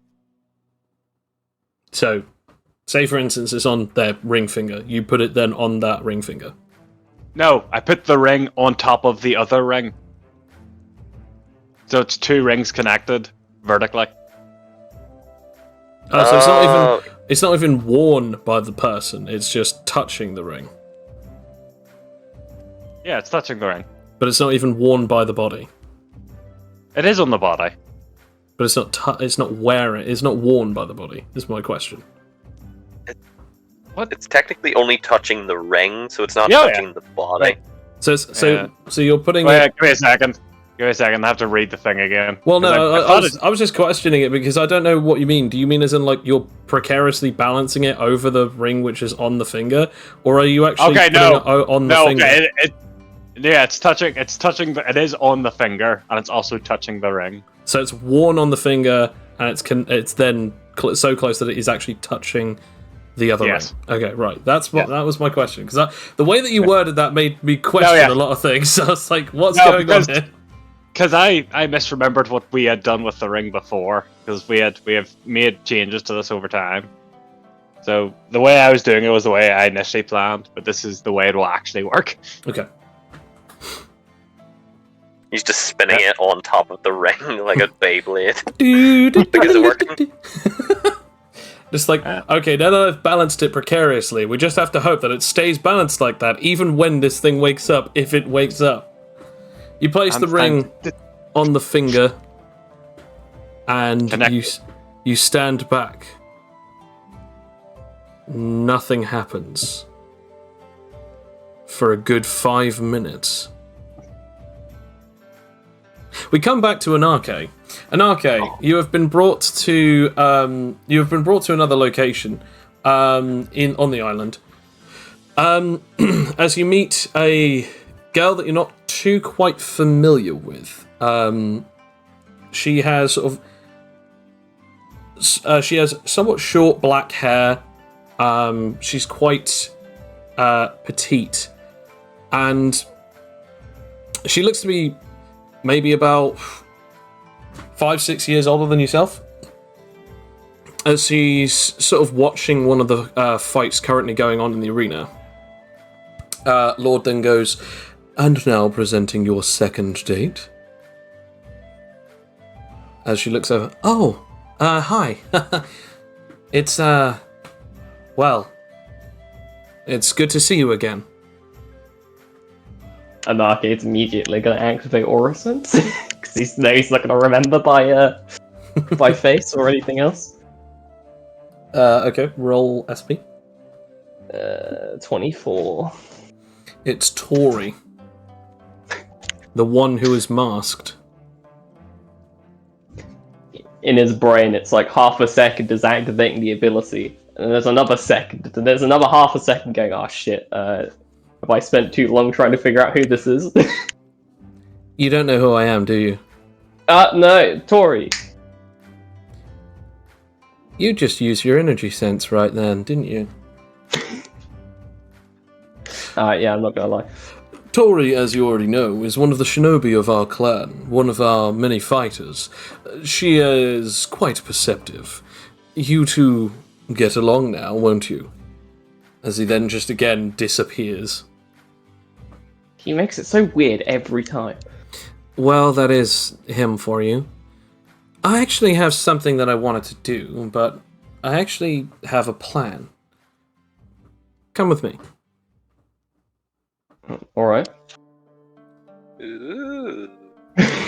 You begin sort of walking around, sort of veering off away from the arena. So, my mother decided to be the one to inform me that you were currently looking for an arranged marriage, and that some of us would potentially be candidates. Yes. And you chose to sign up for this? Well, it's no show that most shinobi end up dying before they ever usually get anywhere, but if Majra can make it work, I mean, who knows? Besides, you're actually kind of funny and kind of interesting, although I definitely would have picked you for the kind of guy that's a little bit more interesting because of your brawn rather than your brains. You know how to compliment and hit me where it hurts at the same time. Sorry. You see, whenever I usually wear the mask, my whole point is to make fun of people. It's usually to taunt them and to weaken their greatest strengths. The mind is important. As you already probably know that, considering an Animon child's greatest ability is their understanding of everyone else. I mean, yes, that is definitely one of their greatest factors, although I have to say it is only kind of the beginning for that ability. That's true, but you have to have strong foundations, otherwise what exactly can you build on? Oh, you're definitely not wrong there. Now, she snaps her fingers as a portal opens. Follow me. Alright, I'll hop in the random portal. As you walk through the portal, and so does she, you're standing in a very large sort of empty space. A large sort of pocket dimensional space. But this weird dimension has loads of like sort of blocks and bricks and sort of things that are floating as well as sort of beneath your feet. There is a gravitational pull to this place, which is why you're able to stand on these sort of large blocks. But there are also things that are floating all around you, sort of where sort of they would potentially be, sort of where the walls would be, and even the ceiling. Sort of like there are blocks floating all around you. As she begins walking, and she says, "Follow me." Alright, that's an interesting pocket dimension you have. Well, I am the master of space in the clan. I was one of the first ones to understand how to use spatial dimensional movement. The place in which that we use it is not exactly an easy way in or out, but once you figure it out, you can kind of see space as almost like not only the places between things, but also the places between things. Almost like a hallway. It's kind of hard to explain if you don't already have spatial abilities. No, I think I get it. It's a similar way the phase gates work, in a sense. You've been through phase gates before. It's how you travel to other universes, right? Yes, I mean, most people can't naturally do it, but I managed to figure it out. But it's the same sort of concept between universes with a space in between. Although I've never gone to that space, but I think that's just the animal realm, so... Well, that's interesting. You see, this pocket dimension was theorized by myself about 18... No, I must have been 20. I was pretty much coming up with an idea as to whether or not we could mark certain places using teleportation, spatial, and other abilities that allowed us to warp physical space. Once I then figured it out, the whole point is creating a pocket dimension that further expands space, and then each of these pieces of rocks or gravel that you see on the floor or floating around are actually from all sorts of places in the entire world. These allow us to basically create our own little inner dimension. A literal footpath, if you will. Thanks to that, this place is literally a place in between the realms of the geography of the entire planet. It is an interesting way to use the ability. Now this one is the one that I wanted to show you. She walks off the edge of one backwards as she then falls off of the edge of it. As she then plummets. Well, seems interesting. I'll just jump off and follow. As you sort of walk up towards it and sort of jump off, the two of you begin falling through this sort of dark space. Are you insane? Well, I've done more crazier things than this. Probably. This, as she then like shows you just a random chunk of what looks to be concrete or tarmac. This is where we're going. Hold on. She then brings her hand towards you. Alright, I'll hold on. As she clasps your hand, she then sort of brings the rock up between the sort of the middle of the two of you, as then sort of space warps around as the two of you disappear and leave nothing behind this in this dimension but the rock that she was holding. As the two of you appear in the middle of a street in a city. She then walks back and then goes, ta-da! Where are we? Well, She looks back at what was the muffin shop in Irish City, but it is now empty and says closed. It wasn't like this last week. He just feels bad. He's just gonna pull out the bag. You want one?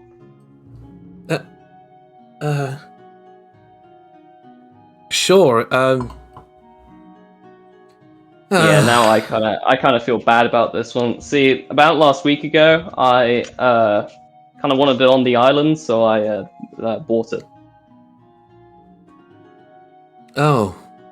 Well, about a week ago or so, I saw you liked this place. It's one of the places where the first ever fights ever occurred, and so I assumed that you liked this, so, you know, I thought, hell, I'll take a piece of the road and use it as a marker so that we could go to this place. You know, first ever place that you ever started becoming a part of the Crucible of Avarice. No, it's a good idea. Thanks. Here, there's someone around here I used to quite like sitting while eating these. As essentially, Anarchy is just gonna find like a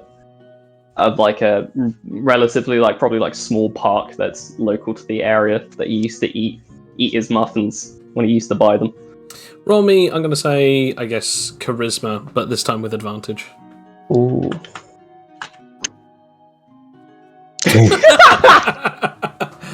Dude, really? An actual 1 and a 2?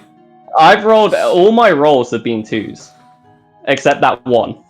She's somewhat really upset and disappointed, but she still sort of follows you anyway. Sort of still in a bit of a slump. As eventually the two of you sort of get to this place. She takes like a little croissant and just starts munching it.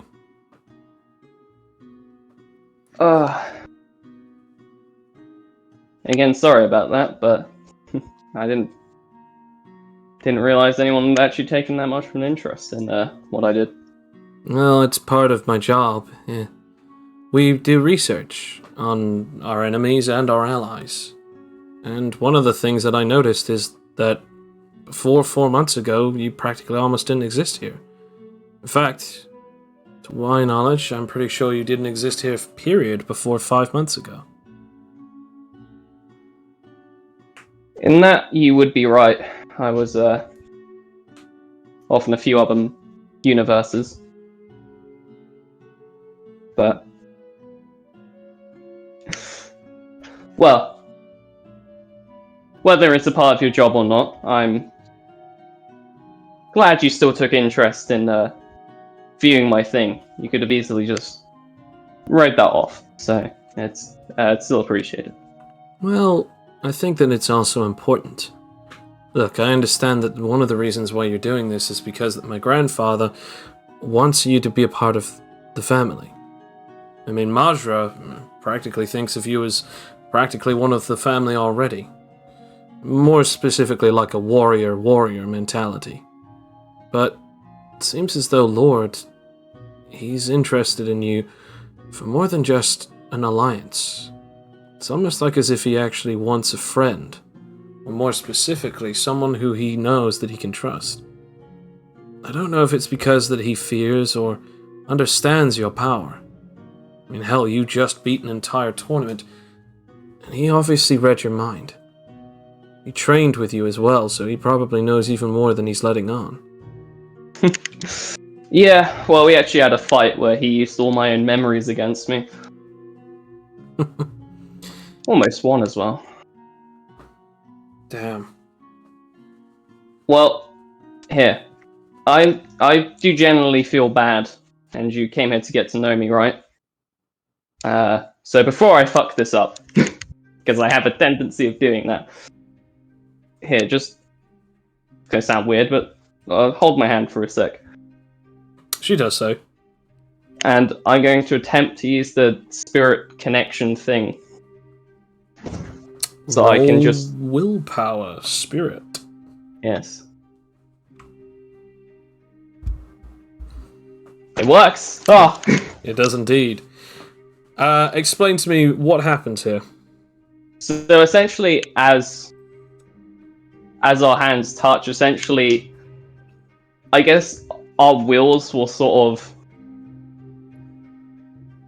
almost like for a second, they'll sort of merge in between the spaces of the hand, and the wheels will sort of become one, almost making like a metaphorical bridge to each sort of each other, and essentially she will be able to.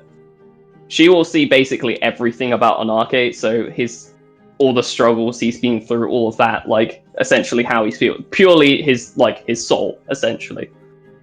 But obviously Anarche will see the same thing of hers, so it's essentially they both fully learn one about each other.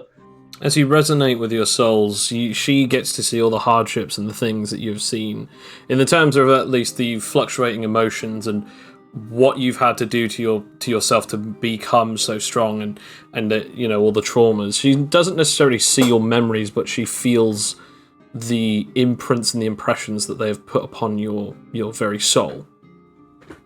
As you do so, you feel the same from her.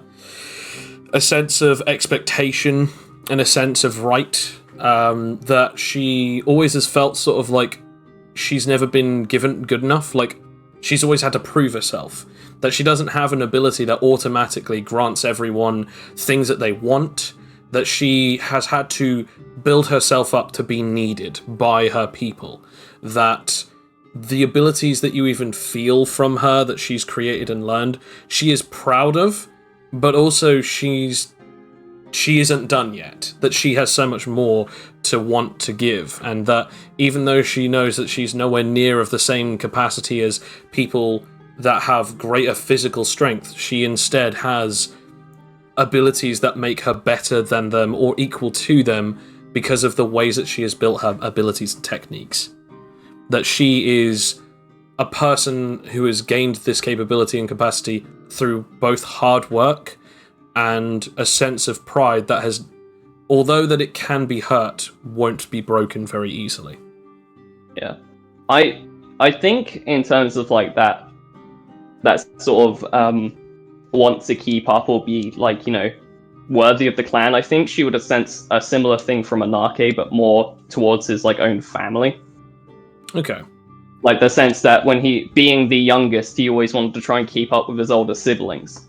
So he always tried to strive and essentially get to that point. But I think now it'd be that sort of thing where he's gone past that stage and he sort of just has fully realized himself. Thanks to being able to understand, everything, essentially. Okay. Once that sort of comes to an end, and the resonation, the resonance is over, the two of you look at each other in each other's eyes, and there's almost a moment of calm serenity, that the fact that you almost both feel like the two of you are almost accepting of each other. Whatever that is, or whatever that truly means, you're not sure, nor do you care. Because in this moment, the two of you at least know what it is to be each other.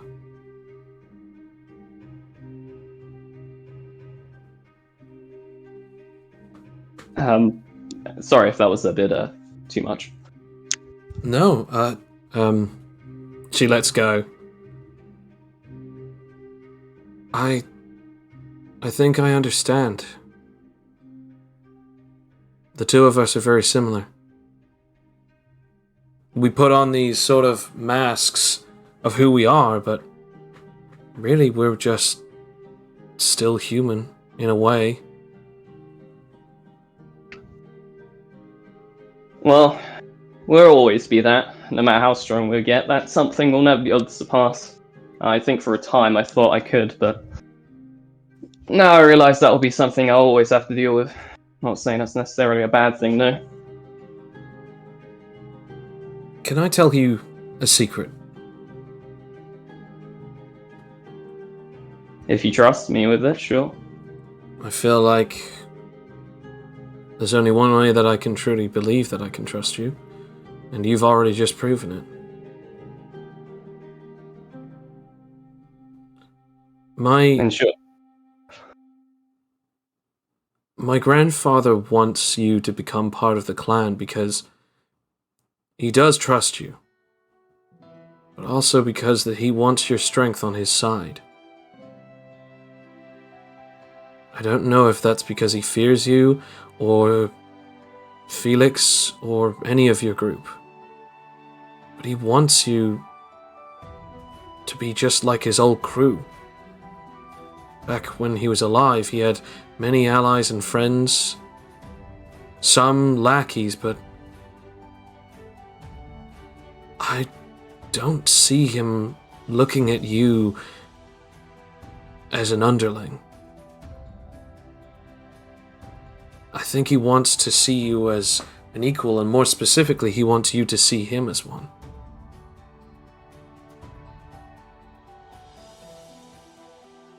He keeps saying that he wants, or more specifically, needs this to go well. That would explain a lot. He doesn't have to be so creepy about it, though. He doesn't really know how to work with things like that. No, I've come to realize he lacks. I thought I was bad with social skills, man, but I mean, you gotta look at it this way. The guy actually didn't really raise his kids too much. He basically raised them until most of them were almost 10 or 13, and then he basically gave the eldest a book, told him to look after it, keep the traditions alive, and then they all had to leave, along with his, 5 wives.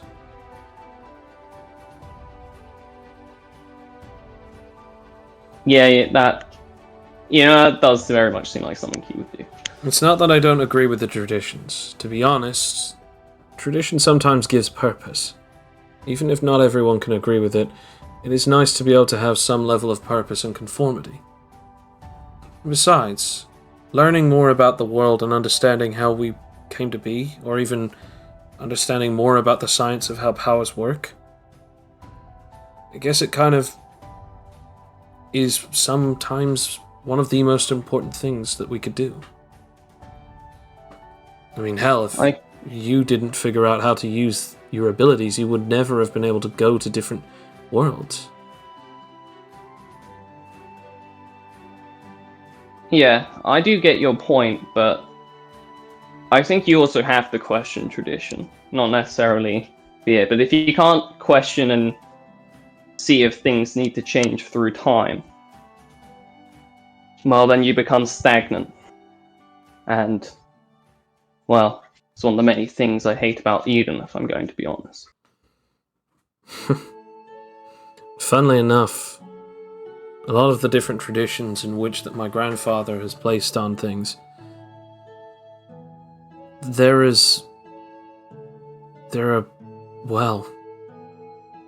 taken from other traditions. Like from Iris City, Garrison, some parts of the marriage are from Engine Linear.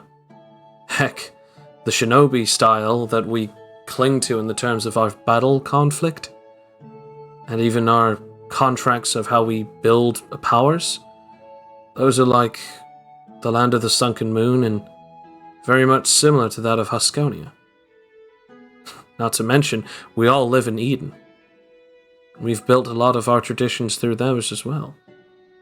My grandfather has been around for a long time before he died 50 years ago, so he saw many different places and built a tradition of rules and understandings from many cultures.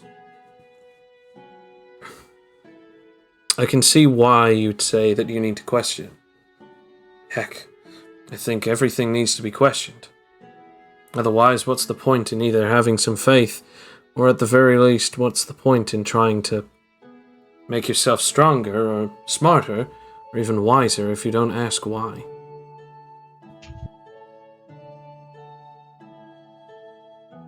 You're here because you asked that question, didn't you?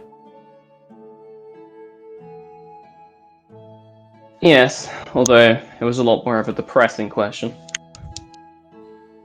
I can imagine. As we now come back to Stan. If Stan is still here. They had to head out. Again, I don't have the in-game chat accessed. That's yeah, fine. he had to go a while ago. So that's fine. Yeah. As we now come back to Felix and the others. It has been now 10 minutes since you had placed the ring on. Nothing else has happened. Ferb and Felix are just exchanging pleasantries while waiting for Aldous to do something. Okay, give me a moment. And Aldous will go sit down again and project. You need a hand? Holds up the two extra arms. Fletcher does the fuck. Ferb does the same thing. See, he's trusted me enough to do that. Does he not trust me now? I generally don't trust evil-looking rings, no? That we asked you to do this. I mean, it's also a good thing that you're not a doctor and don't have to do any colonoscopies, I guess. Sorry, continue, Sam. And with Okay, that, someone projection. was like, what? With that, telepathic projection, leave this room so I don't have to deal with this conversation. Yeah, so you project your mind outside of your body. What are you trying to do? Where are you trying to go? Back to the ring, I guess. Okay. Back to the ring dimension. You go and sort of make contact with the ring as you feel yourself get swallowed up by the darkness, and suddenly you're now inside of the dark dimension as 5 eyes all appear, but this time around you in a circle.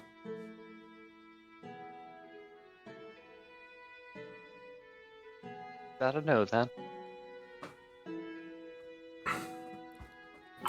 What is it that you wish?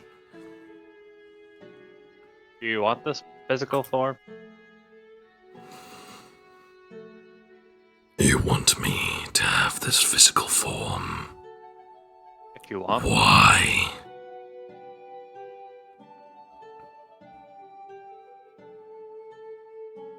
Why do you think?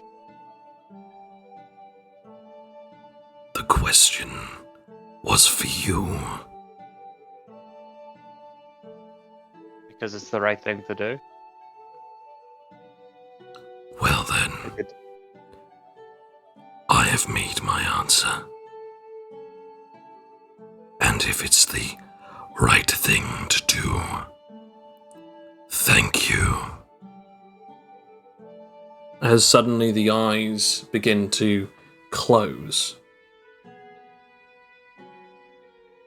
As now you are standing in this darkness, and you feel almost a sense of loneliness. Okay. I will go back into the light then, I guess. And go back and return to my body. As you look around, you can't find any light in this dimension. Well, I say that, I mean leave this dimension. You cannot leave this dimension. I can't? No. Ooh, Rest in peace, Aldous. Can I a soul attempt? for a soul. Can I attempt to communicate with the world? Can I attempt to communicate? Telepathically project, or like not telepathically project, but like essentially send my brainwaves out to communicate outwards with whatever's there. You try to do so, but it does nothing. To no avail. Can I use my spatial ability? Not in here. You are just a disembodied telepathic projection. In other words, you're just your soul. Okay, I think it's time for the big guns. I'm gonna pray dynamite. As you try to do so, you realise that you don't actually have any pieces of animite on your soul. I mean, my soul practically is animate. As you attempt to do so, nothing happens, as we now come out of this dimension to look at the body. The body is still there, and suddenly begins to move. As it wakes up. The brain just went, the body is round. Its little legs at the time. As it just sort of just gets up and sort of like feels its head and then sort of opens its eyes as this body realizes that it's alive. Like, I'm real. This is the body on the floor, not Aldous' body, right? This is the body on the pedestal, and not Aldous' body. Yes. Aldous just rises up. I have become one with the darkness. Heed my call. The ring all of a sudden has Aldous' eyes. I mean, you can't see that, but you could both roll a perception check. I could. Yes. This is count as being in a city. This is inside of a You've tried this church. before. But it's inside of... It's a smaller domain. I'm gonna say no. It's worth a try, Juice. It is always always worth a try, worth a try. Juice. I will also state, does the Grand Instinct have like a time? It's just one rotation. It is so I one guess it'd be- rotation, yeah. Also, it wouldn't really necessarily help you in this circumstance. I'm just trying to see what cards I can put on the table. That is perfectly fine and understandable. I appreciate your questions. That's an 8. Oh dear. For Felix, you don't notice anything different. Ferb, on the other hand, you've noticed that the eyes are no longer green.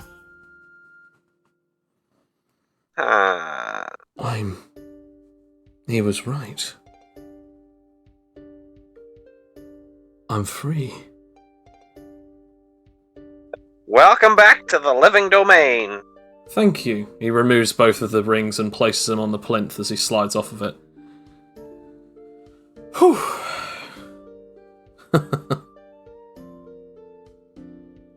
You know what? He then takes the Ring of the Forgotten and slides it back on his right hand, his left hand ring finger. Can never be too sure of insurance.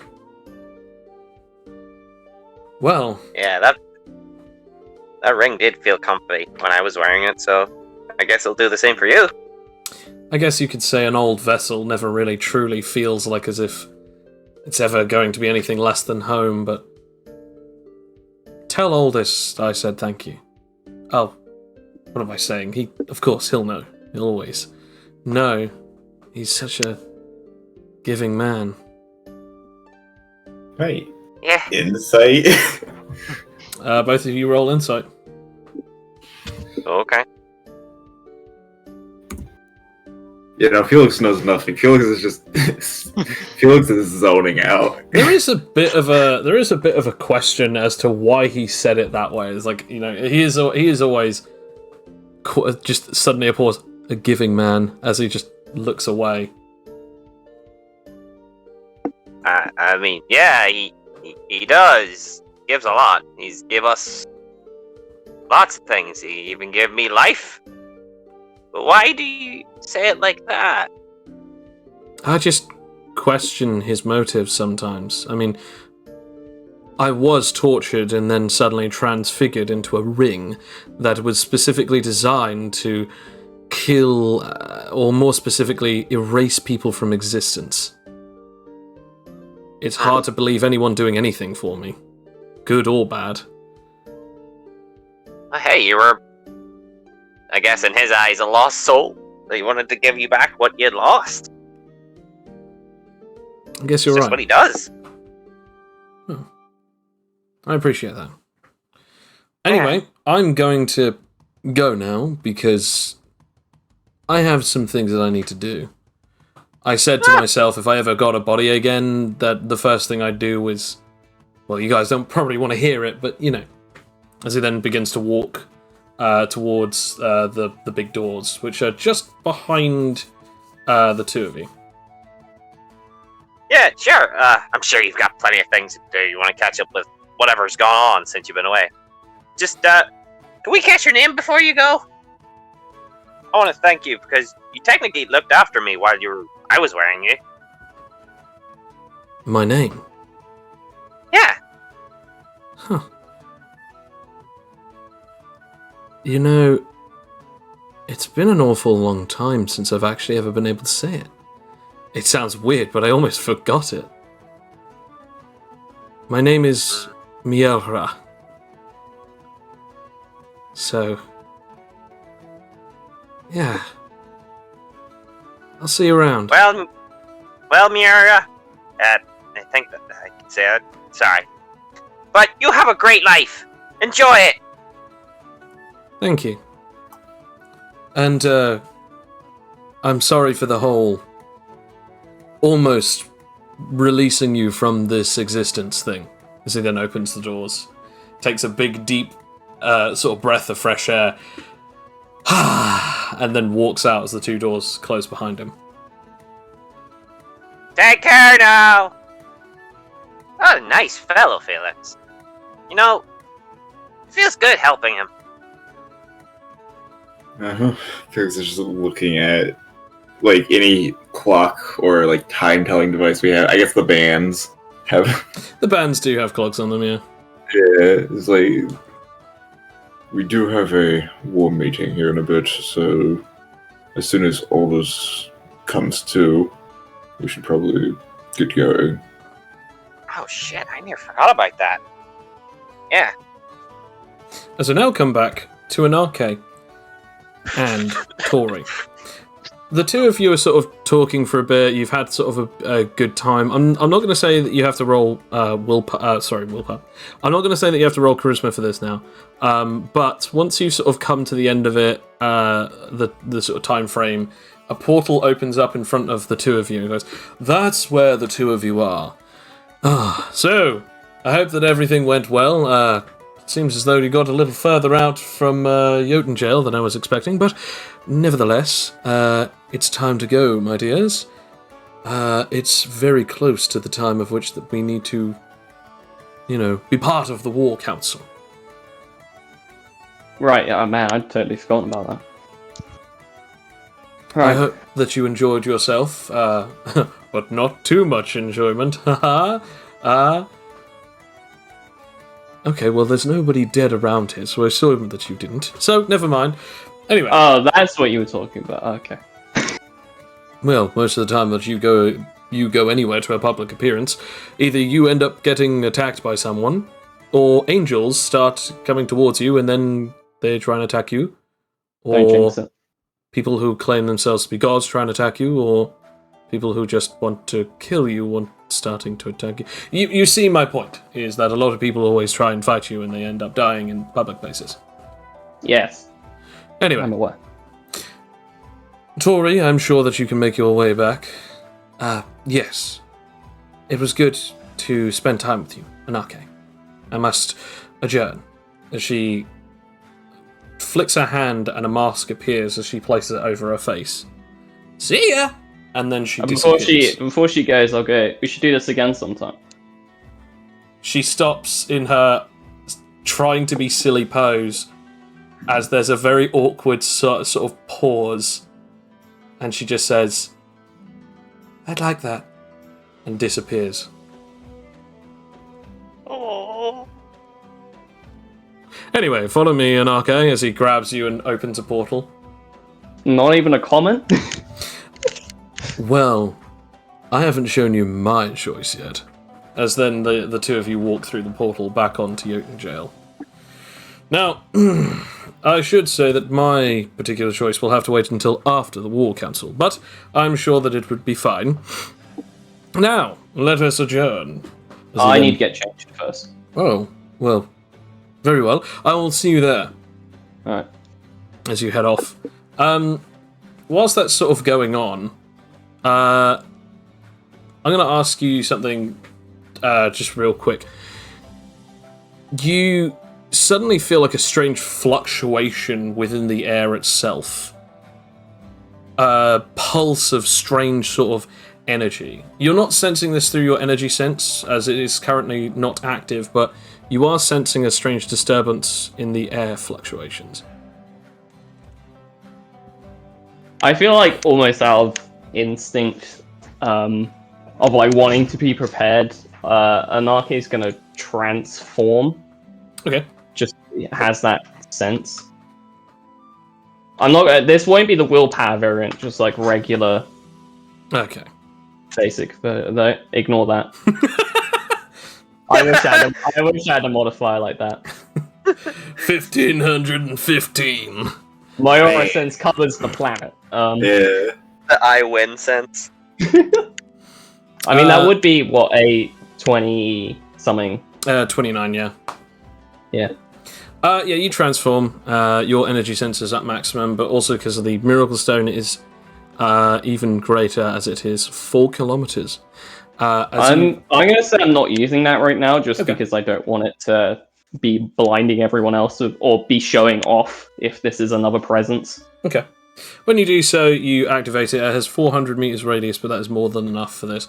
As you sense a grand sort of portal open up, and 3 individuals step out of it, which are your brothers, who have now returned from their excursion. Do you go to meet them? No, I walk in the very opposite direction. Fair enough. As you do so, you accidentally bump into a gentleman as the two of you crash to the ground. Watch where you're going. Oh. I apologise. Technically, it would be me who needs to watch where I'm going. As he gets up and dusts himself off. Have I seen this person before, and what am I sensing? You've never seen this person before, but the thing that you're sensing is very odd, very ominous. Not a normal presence or aura. You can't tell if this person has powers or not, but you also can't tell if this person is all human. No, it's quite alright, but do you mind telling me who you are? My name is Mielra. I'm here. Actually, how do I explain that? I guess I could say I'm new in town. No, Yes. that sounds way too creepily ominous. Right. Well, would you like to explain to me why you're not entirely human? I beg your pardon? Do you take me to be a fool? Or do you just simply not understand what I'm asking? This form is not particularly human. I thought that this was the most human one on the market. I'm not talking about that. I'm talking about... So I'll point at him. I'm talking about your essence. What exactly are you? As he looks down from looking at his body and his hands, he then looks back up at you, and his perplexed face then changes to suddenly sinister as 5 eyes appear on his face. Son of a bitch figured me out. As he darts towards you with his hand going towards your body. Oh dear. Alright, well, I guess I'm gonna do my energy punch, so I'm basically gonna try and hit him in the throat, essentially, with like an uppercut. Okay. And do you know what? If he is doing this, I am going to use the Miracle Stone now. Oh, okay. Sudden extreme burst of power from the second that you touch him. Ah! Okay, and then... R.I.P. our new friend. Okay, so that's 24, and then... I believe that would still technically be the highest. 24, yeah. As you go to hit him, he sort of darts past you and touches you. Roll me willpower. Can this be mind, body, soul, or does it have to It- be flat? Can be... Oof, actually, that's a good question. Let me have a look. I'd say it's mind. It makes sense with mind. Okay.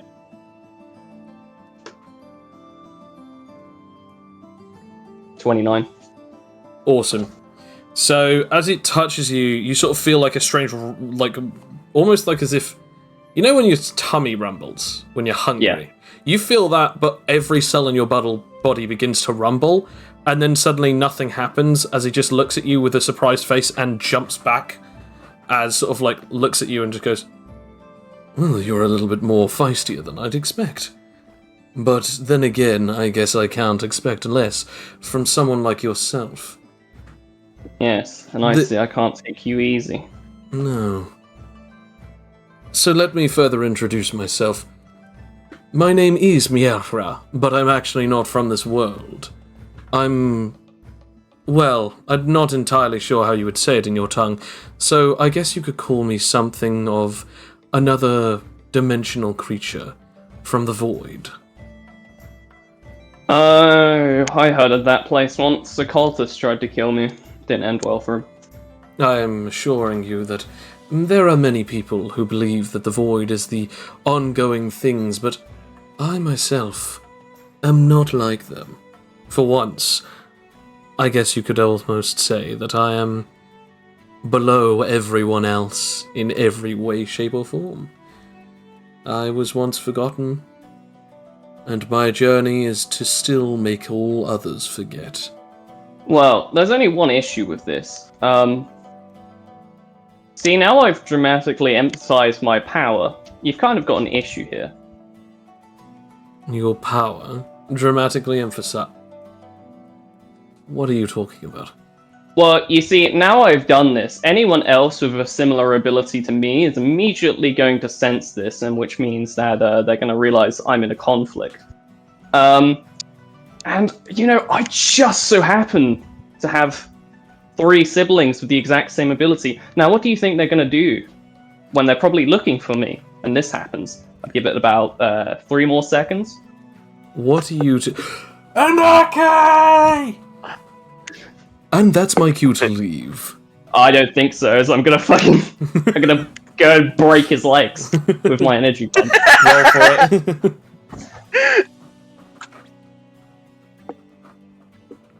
Oh, and then 2D. So 25 at the minute, and then...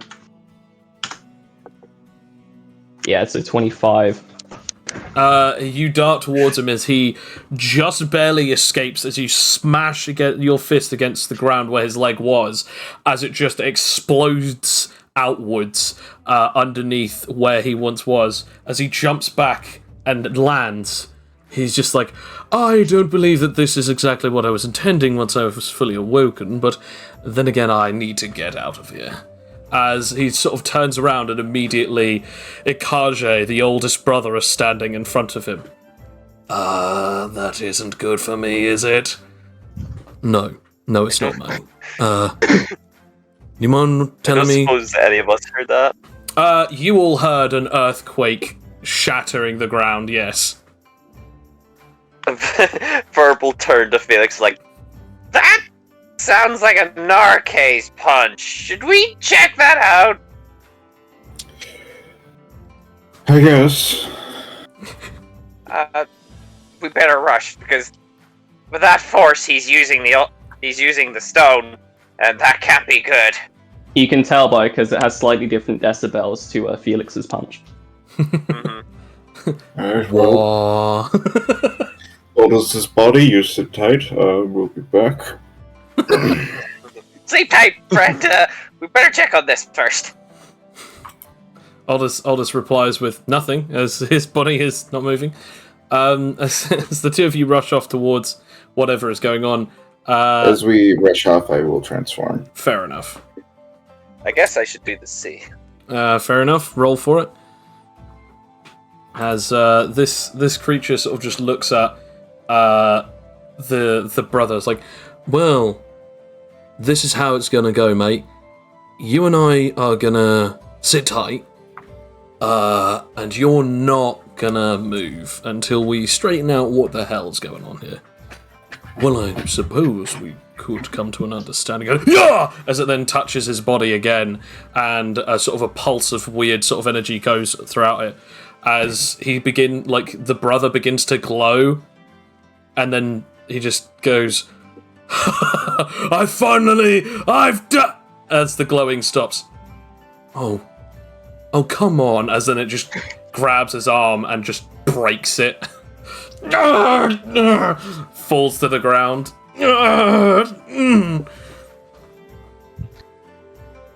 As the other two sort of appear, and finally Felix and Ferb, you also appear. Anarchy, what's going on? Well, this person from an entirely different dimension decided to try and start a fight with me because I figured out what he actually was. Wait, that's Merthria. Right. That was the.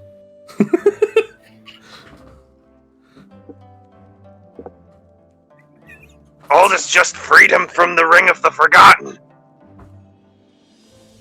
Anarche, you suddenly realise something is very off because you thought something didn't seem right. Because Aldous, you sense a small ounce of Aldous' life force, but not in him, but on his left hand.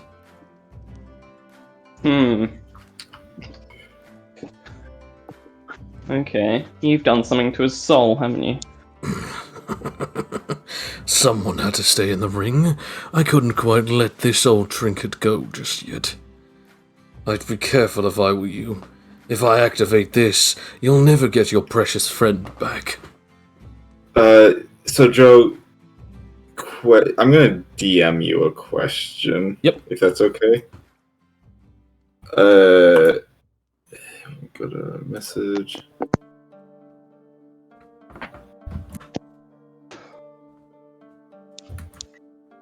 All I have to do is make reality forget it, and it's over. The ring will become interlocked with me. Your ability's tactile, though. That's true. But since I already now have a broken arm, if I wish, I can choose it to rewrite myself. See, I thought I dealt with someone like you before, someone who could just paradox themselves back into existence. Okay. So I am going to pull out a orb, twist it, and then run into Punch. Nobody else really sort of understands what exactly he's doing. As you sort of, you twist it, run in, and go in for a punch. It's like, all right, you fool, let's go. As he darts towards you as well. Okay.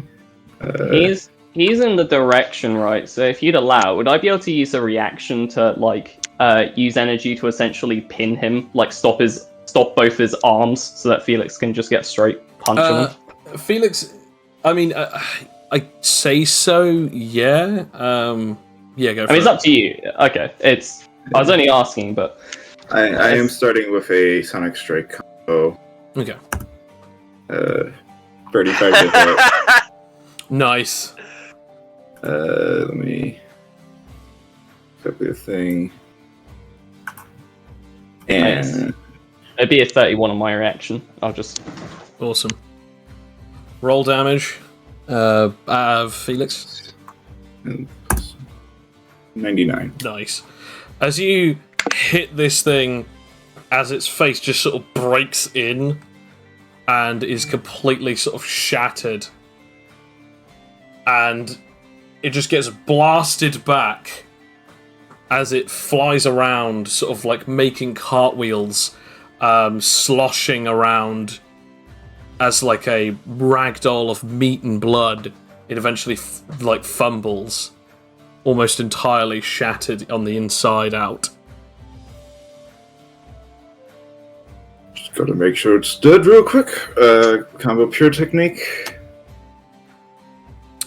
As you go in for this, it's no longer there. Okay. So do you want me to roll for hit or not? No, because as you go in, right.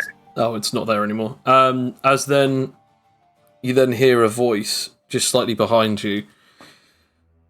You fools. Now that one of the eyes has been used, Aldous is now part of me. You see, the ring works exactly like that. Now if you kill me, he will eventually be forgotten. But the best part is, since it's my power, the ring itself won't make me be forgotten permanently. When I'm in the ring, do I notice this? As you sort of as you're in your world, you still are just in this black void.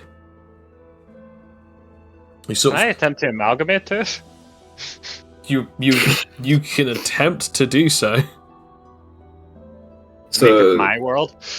So, question: the orb doesn't seem to have done anything. Then, it's still ticking. it's still ticking. So, it hasn't turned on. So what happened is you clicked it, it opened up, and then it began sort of ticking. Okay.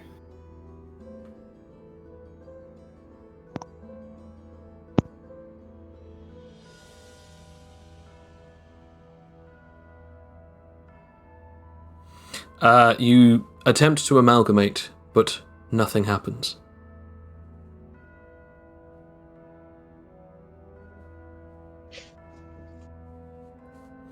As it goes over, does anyone else want to do anything? I mean, I assume that my turn was used up there. Yes, Correct. yeah. So Yeah, verbal open fire. Screaming, he tried to help you! And you killing him is going to definitely help you. Well, in which case, can I activate Dance Monkey? Well, roll for it, I mean. what does it do again? It, basically, for an entire rotation until it's back to my turn, if I succeed, the opponent has to roll disadvantage on any moves, otherwise he's fired upon. Okay. Alright, first it's Intimidation.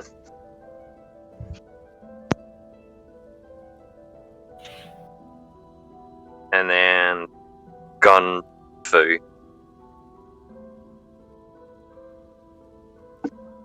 And both succeed. Okay.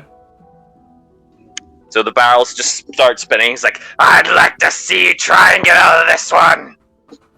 I've already said, you kill this body, you now destroy any possibility of getting your hands back on Mr. Aldous. Well, We don't need to destroy you. We just need to incapacitate you.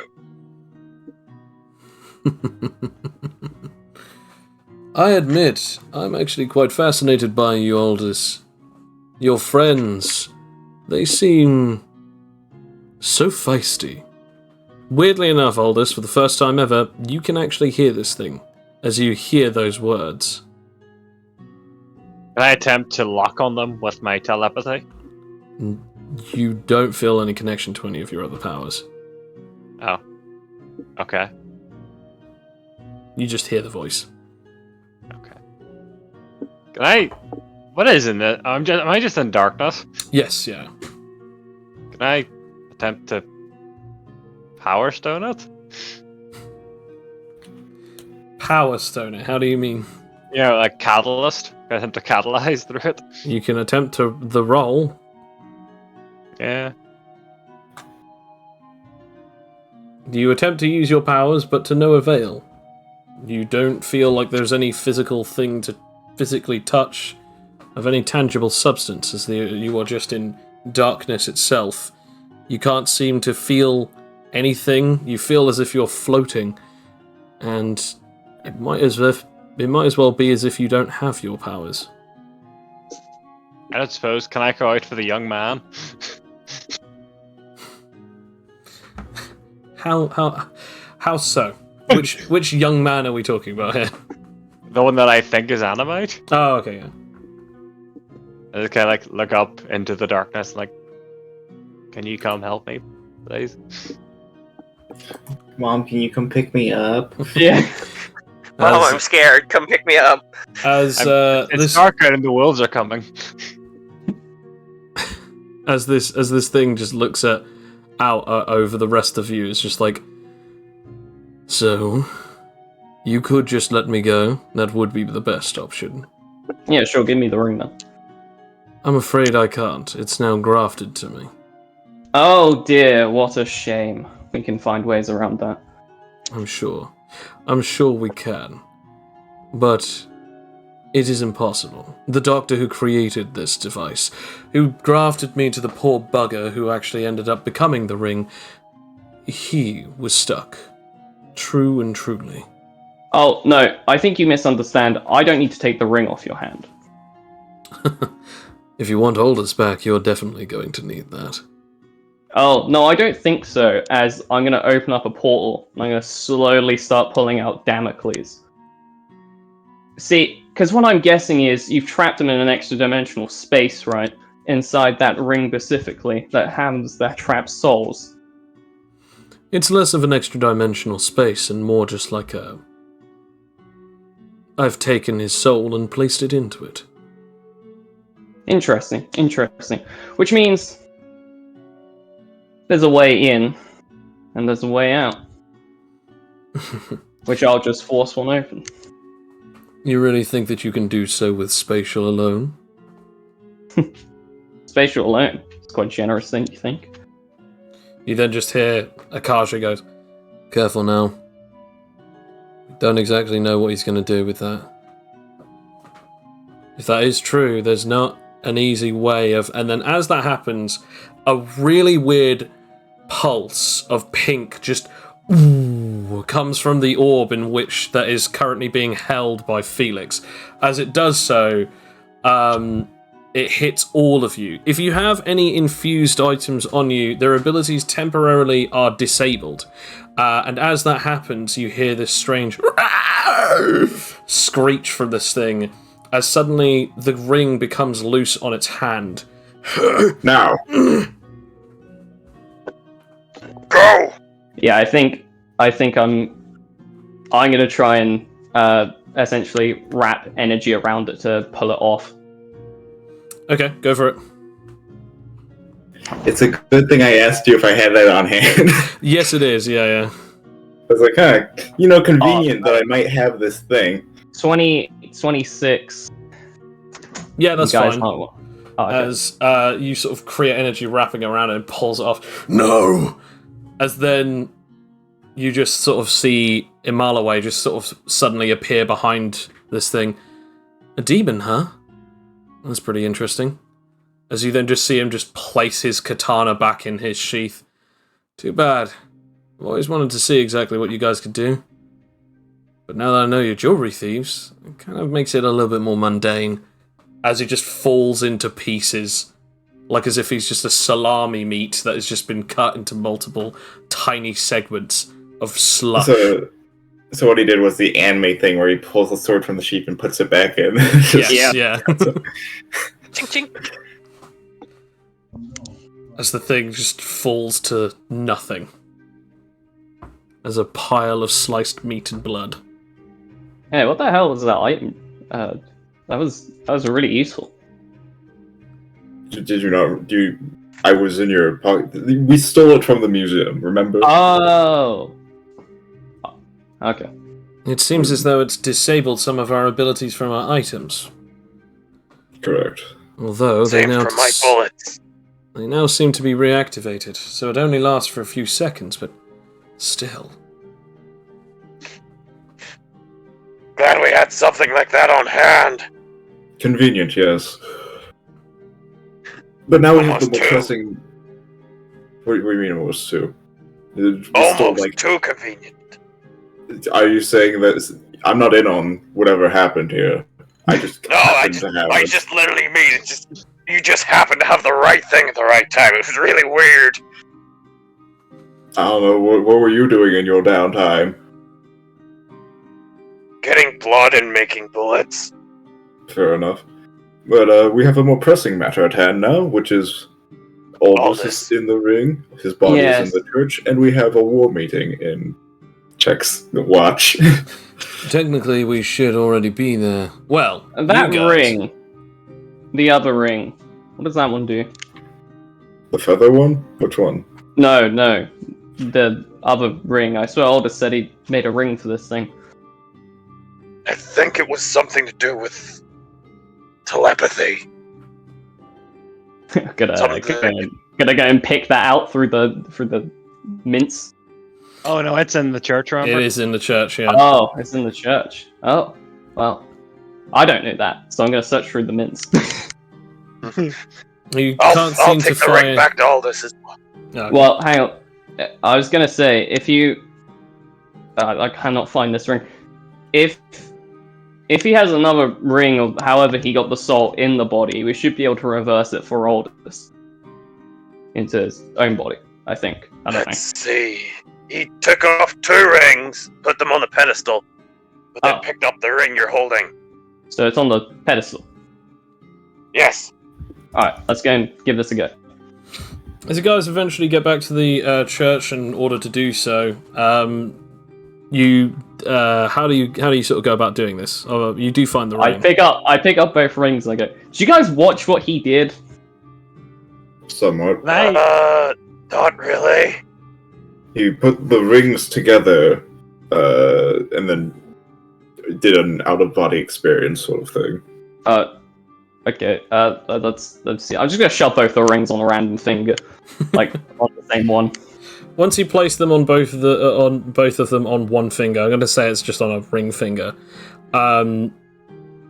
Aldous, you then suddenly see like a very strange sort of light path that sort of just goes to what seems to be the equivalent of a tunnel of light.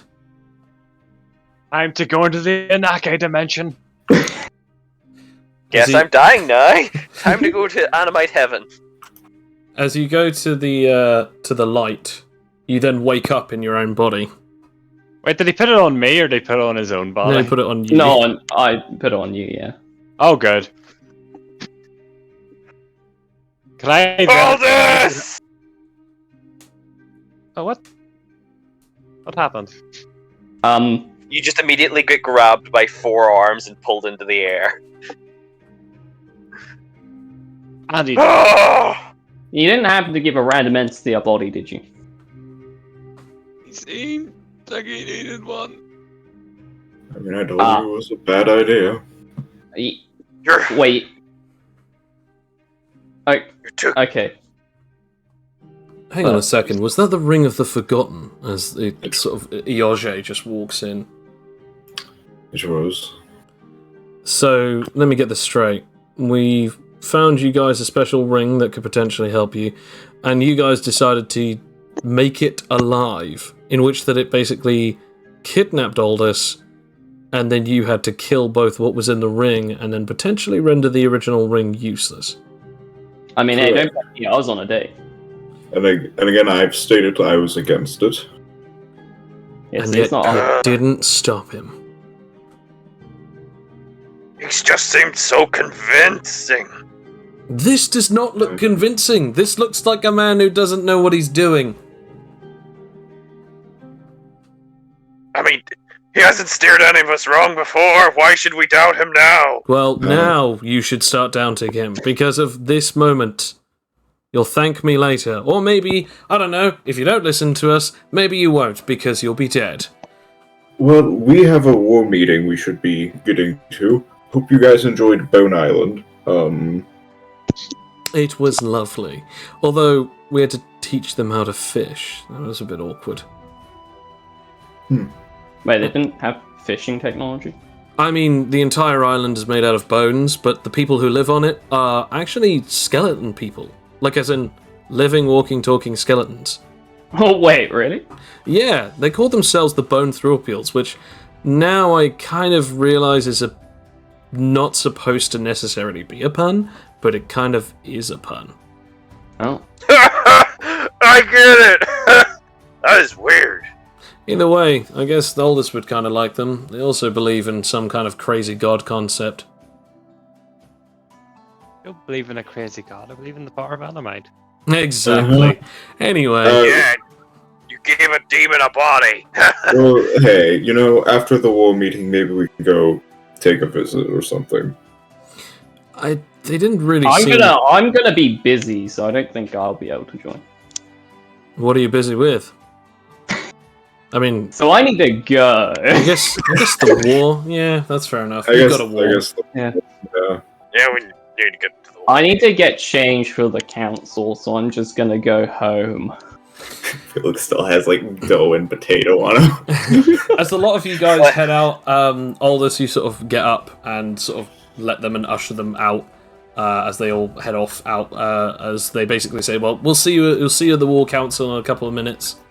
And they all head out. What do you do, Aldous?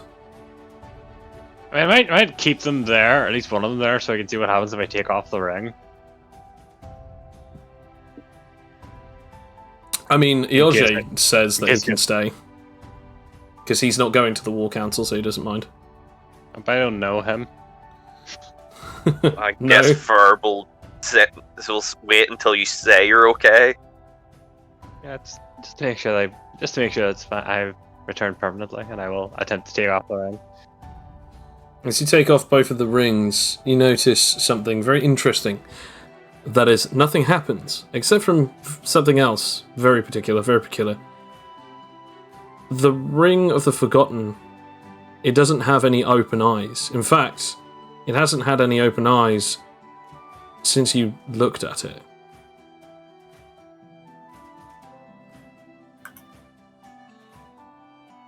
I'm guessing I noticed this too. Yeah. Must be busted now. Well, Probably. wherever he is now, I hope he's happy. Yeah. Can I attempt to destroy the ring with chemistry? You can attempt to do so. For some reason, chemistry does not work on this. Is it biological as well? Yes. Then it should work, shouldn't it? Because it is chemistry and biology together. Only because you specify chemistry and not the fact that you're using it Oh, as a complete thing, no. But do you remember, it's like all ranges are now... Yeah, but you didn't Transform- specify, is my point. Well, okay then. You can Do we roll re-roll, it again it's then? okay, yes. Okay, So, fine. the first thing that you notice is you remember it is not inorganic, it is actually made out of sort of fossilized or petrified human flesh. You then remember how to use the ability to try and focus on the fact that it is biological, but then you try and break it down through the chemical. What do you try and turn it into? I guess for the third... Just a golden ring. Okay. You And then then- create a golden ring. And then I'll just kind of turn it into air. Okay. So it's gone now.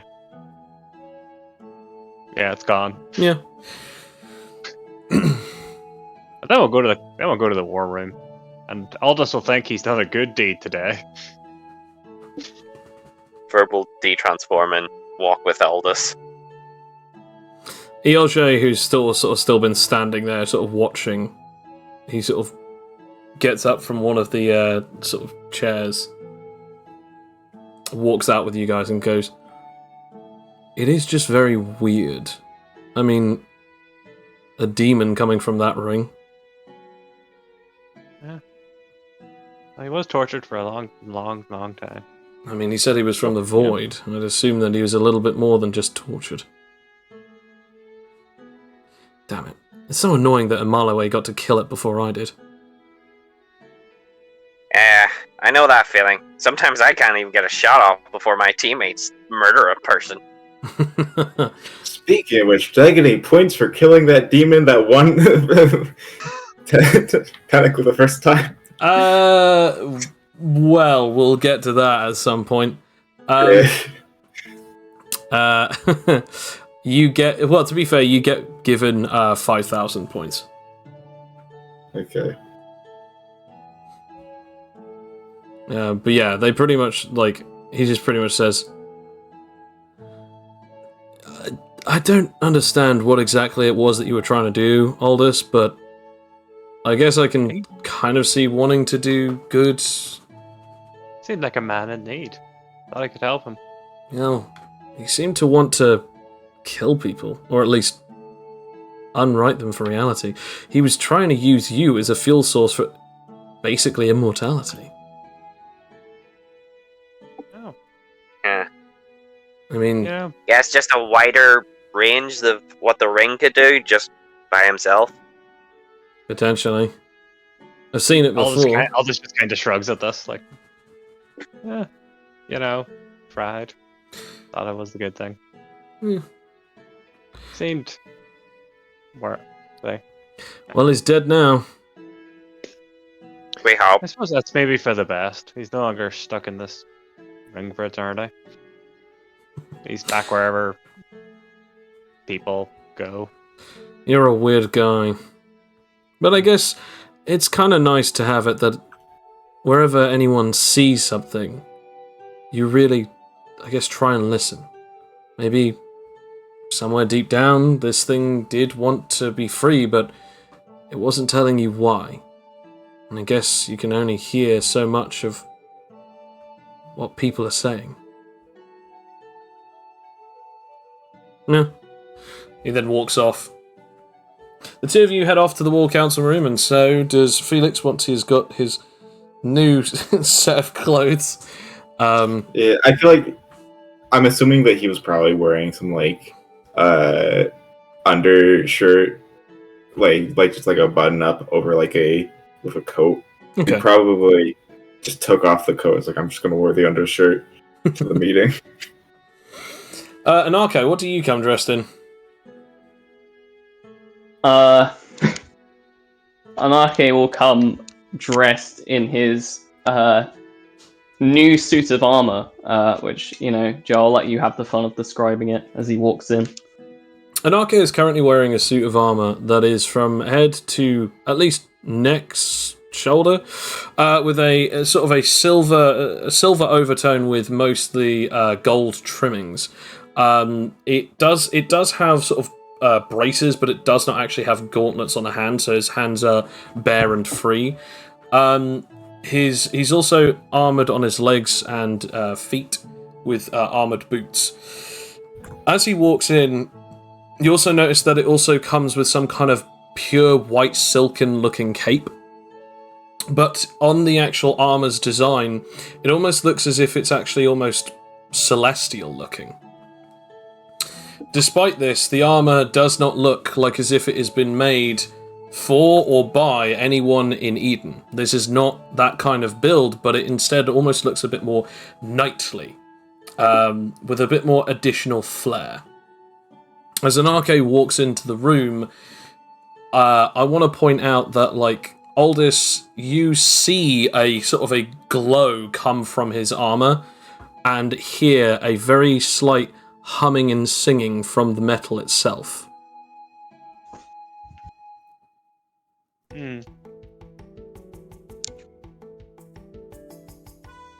What kind of hum? Do I know it? It's subtle. It's high-pitched. But it is, without a doubt, some kind of hum.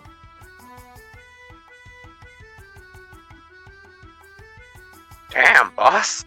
That's some armor. Yeah, well, I gave some things to Jimmy Grum when he said he'd make me an armor. He really insinuated the fact he wanted to mock Eden with it, and I was kind of behind it, so he ended up coming up with this. Yeah, it almost looks like you're, like, using their own armor against them. But it's styled just like you. I mean, I can mock them even more, as I'm going to put both my arms out wide and I'm going to turn the cape into 2 energy wings.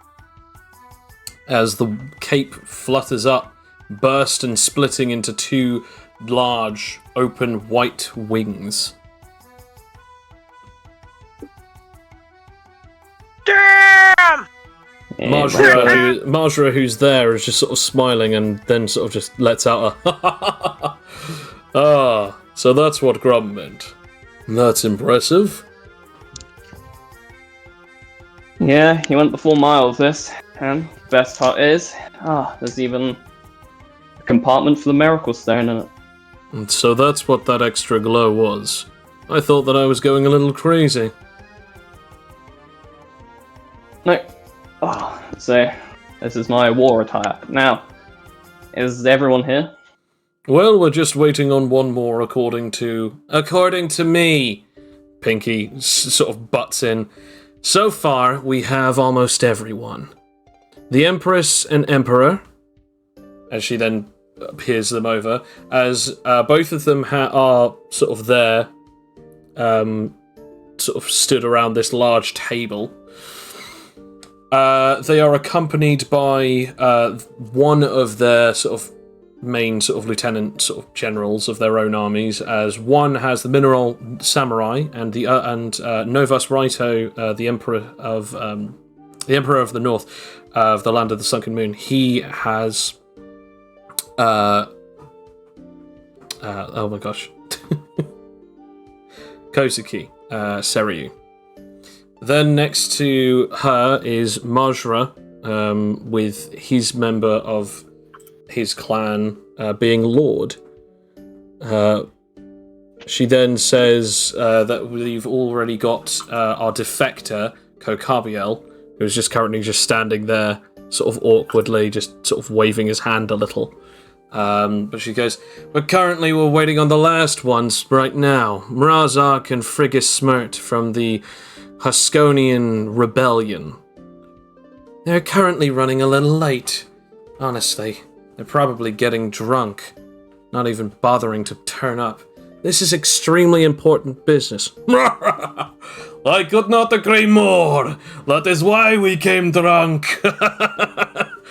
Isn't that right, my boy? I don't know what he's doing. I'm actually pretty sober. Hello, everyone. We apologize. My father and I were just getting a few more troops. Our current numbers were previously 200, but we now currently have 300 individuals from Huskonia who are ready to fight against the Buttons of Eden. So, we apologize for the lateness. It is good to see you again, Inake. Donning armor in such a way is a little concerning, given everything that you have been through, but I take one look at you and I know that you are the man who fights to mock them, not to mimic them. Yes, so don't worry about that, but all the mines, it's alright. Just fashionably late, that's all. I do almost everything fashionably. As he then walks over, and him and his father take their seats, as everyone else begins to take their seats around the table.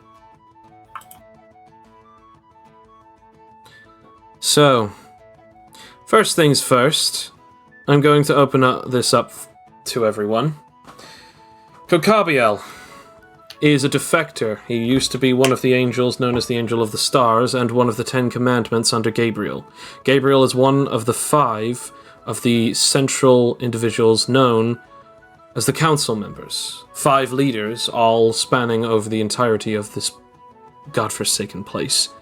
Or, I guess, god-worshipping place, depending on how you see it. Anyone want to open up any particular questions before we get started? Or even any battle plans anyone wants to go through? Well, I guess I should all thank you for coming, but I guess we should figure out first the specific layouts and, well, strategies. Carbiel, do you have an idea of what exactly Eden may be doing as their strategy for this battle? They have 2 points that they care about, the front and the back. The back is where the garden is, so of course that's the only other location that they'd be careful about. And then there is the front, the main and only gate. So they only actually have 2 points of entry and exit. I'm not entirely sure if there's anything else, but there is one thing. The underworld. There is only one entrance and exit to the underworld for the Huskonians and non-humanoid creatures. That is the garden. Now, they do deploy a lot of their troops there to hunt the people. But there is something else. I should have probably told you a little sooner, but I needed to wait until it was time. The people of Eden are using a very specific technology to wield powers of Huskonians, to further increase their powers. But in order to do so, they need to kill them. These soldiers who use these items are called the Corrupted. They wield these items that infuse their bodies with the powers of Huskonian blood, and it grants them the powers without mutating them, so they can keep their precious appearances. Despite this, however, they call them the Corrupted. They only give them to low-class warriors who are capable enough at fighting, but don't have high-level powers. In other words, they're bolstering their ranks and strengths and capabilities of all their lower class fighters. It can work on humans and other affected, including but not limited to Omegans. That's what they're planning. They're going to wipe them out, kill all of them and turn them into weapons. By the end of next week, all of the underworld will be empty. And the city will have used its entirety to create a weapon. Or weaponize its people, super soldiers. So they wouldn't have done it yet, then? I doubt that they would have done so. As a commandment, I was asked to do so on a certain date. And that date is 1 week from now. Oh. I'm glad they're so stupid to wait, then. I think there's a reason, but I was not fully aware of why. I believe only the council members knew. Well, if they're asking soldiers to be a part of it, then they're probably not using anything to entirely obliterate them. More than likely, it's going to have to be a manual job. A quick sweep for them, I imagine, is their plan. Either that, or they might use some other piece of animatology that they've been building. Ever since that you started this war about 2-3 weeks ago, they've been building more and more advanced weaponry. They want you dead, both you and Felix. I mean, technically, they want everyone in this room dead, but more specifically, you two. I've never seen the council be so pissed at 2 people.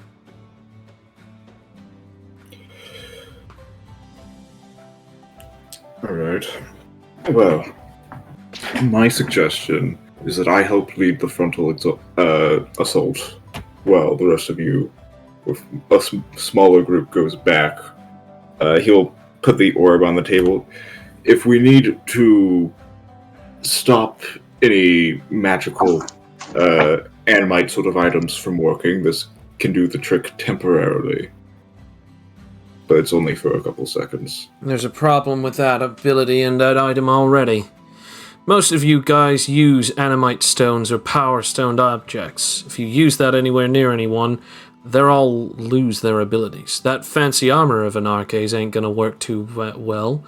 And also, neither is any of Aldous' power stones. So, I mean, can that thing be turned off before it's activated? Probably would just need to close it. Well, if we could find a way to move it and get it away from us just before it activates, then that could work. But I was also thinking, I agree on you leading the frontal charge, however, I have a different idea.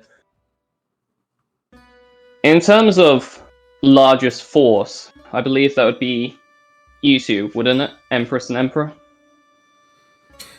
Ah, well, yes, actually. My forces have a lot more power users, but in the terms of willpower fighters, and also in the terms of numbers, that would be me, yes. We have many more fighters. We could go to the front if that's what you're looking for. I believe that would be best. We're going to need the most... This is going to be a siege, essentially. So we're going to need the token of our forces. Felix, you fine with being on the front lines then? I'm absolutely fine with being on the front lines. But wait, I have a question for the strong man. I have noticed that you have been taken down by certain individuals in the past, included but not limited to that big buff toga-wearing gentleman from last week. Correct. What if you get injured or go down? You must have healer, yes? Correct. Healers would be vital, both on the front and back lines. And that is where I come in. You see, I have multitudes of different healers from the Sazaku clan, included, of course, Redoran. He will be the main healer, and he will stick by your side. After all, he's willing to, and definitely excited to see you up close, because he didn't exactly get to see you fight last time that you met. So he's definitely interested. It will definitely be a spectacle, for sure. You have our support. Thank you. Right. And Razak, I have a goal particularly for your forces. Go on. Well, if they're not going to have taken out the underworld by the time, if we can get there fast enough, I plan to go with you to the underworld and hopefully stop the event of the mass genocide. If we can do that, we can not only get the civilians out of the way, but we might be able to pick up a few more forces as well. Ah, yes. The enemy of my enemy is my friend, and that will work very good against the oppressed. You count me in. I've got this one, fighter. Alright. The only thing is... Well then, Lord, where do you believe your forces would most be best suited? Quite personally, I'm not entirely sure.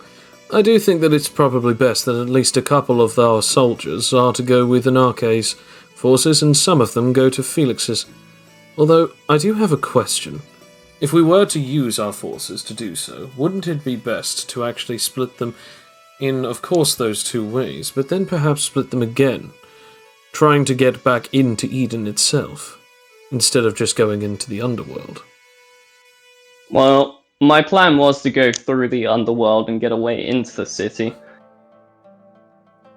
But as I believe, if correct me wrong here, they have a spatial barrier, right, that stops any injury to the city, unless it's through the front gate. That's the only time in which the barrier is opened. That is correct. The spatial dimensional barrier allows them to protect them from any teleportations or spatial dimensional gates. People can't just easily come in and go as they please. There are certain times in which that they will disable them, but ever since the war started, they've created a triple barrier. It's physically possible on getting in if you actually have some kind of access, but, well, they already know all of you guys, and they're also at war, so unless if you're in the council, you're not getting in. Stan, I gave you... well, Stan's not here. Assuming Stan was here, I gave you that button. Did you do anything with that button? One of Stan's clones is there and goes, well, actually, it's good that you asked me this, but there's a problem. I've been looking at this button, and technically there is a way that we could reverse engineer it, but I've been trying to press it, and it seems as though it's just not working, so I think they might have disabled the other side.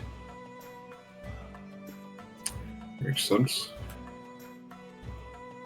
Well, we're not without our own spatial manipulators, or spatial ways of getting in.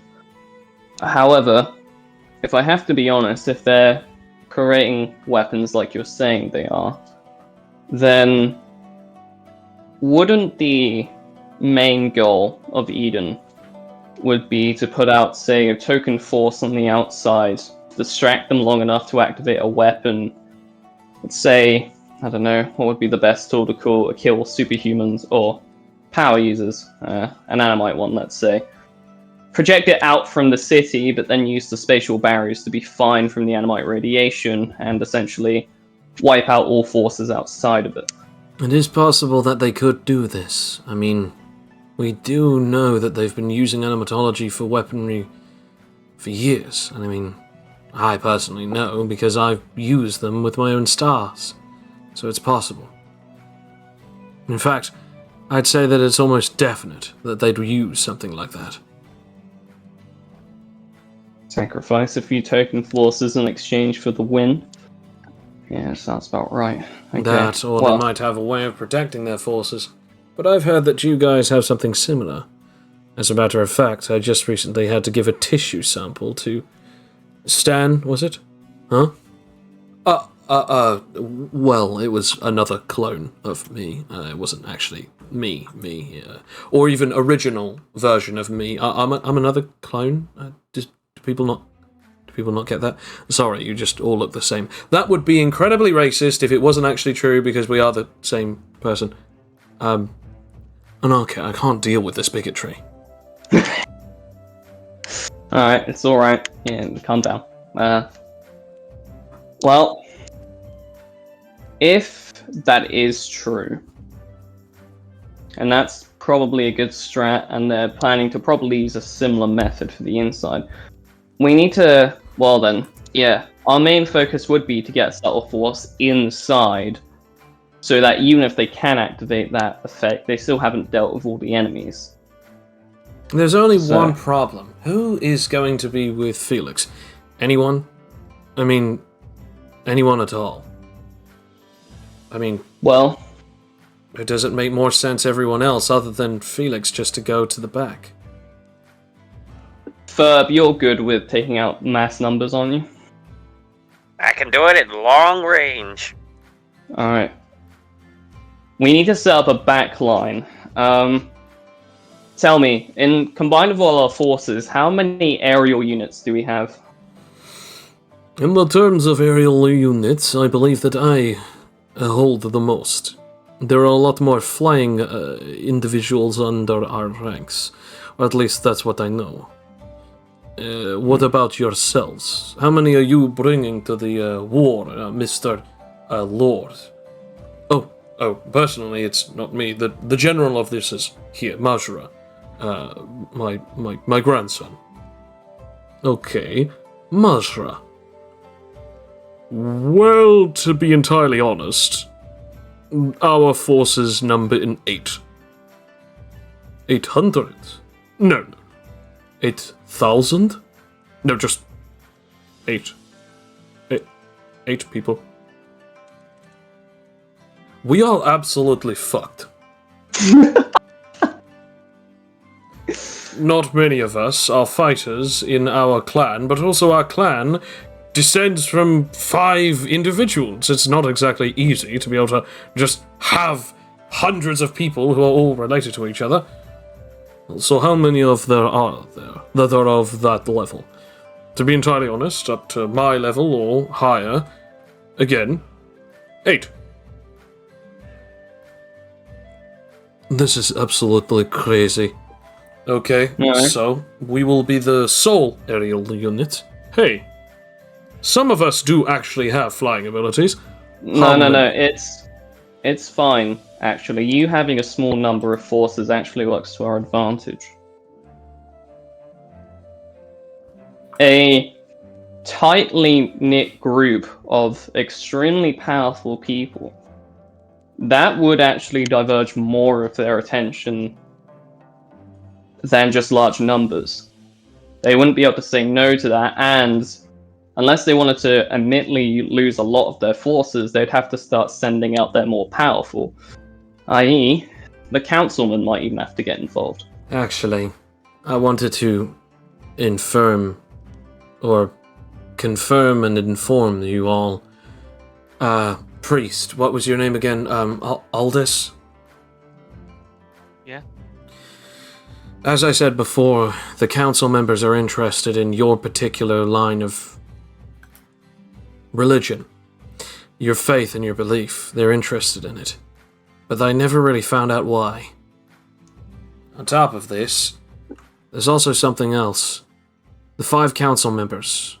2 time children, 1 void child, an Anemon child, and a Havoc child. All of which are Omegans. All 3 of the Omegans that I know about who have wings are incredibly deadly. The other 2 have halos. Sorry, I must ask a question. What is difference between wing and halo other than fancy looks?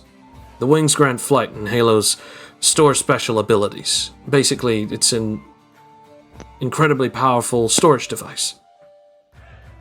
Anyway, the council usually aren't allowed to leave. In fact, more specifically, they'll probably all stay inside of the city. If any of them were to leave, they'd probably have an incredible reason for it. Maybe even think that they probably knew that they could win at that point.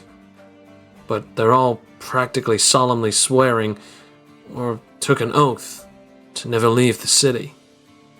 Especially during time of war. So it's not just going to be as simple to draw them out. No. Well, The main tacticians are going to be the ones waiting for us inside the city itself. Also, they're not all that tacticians.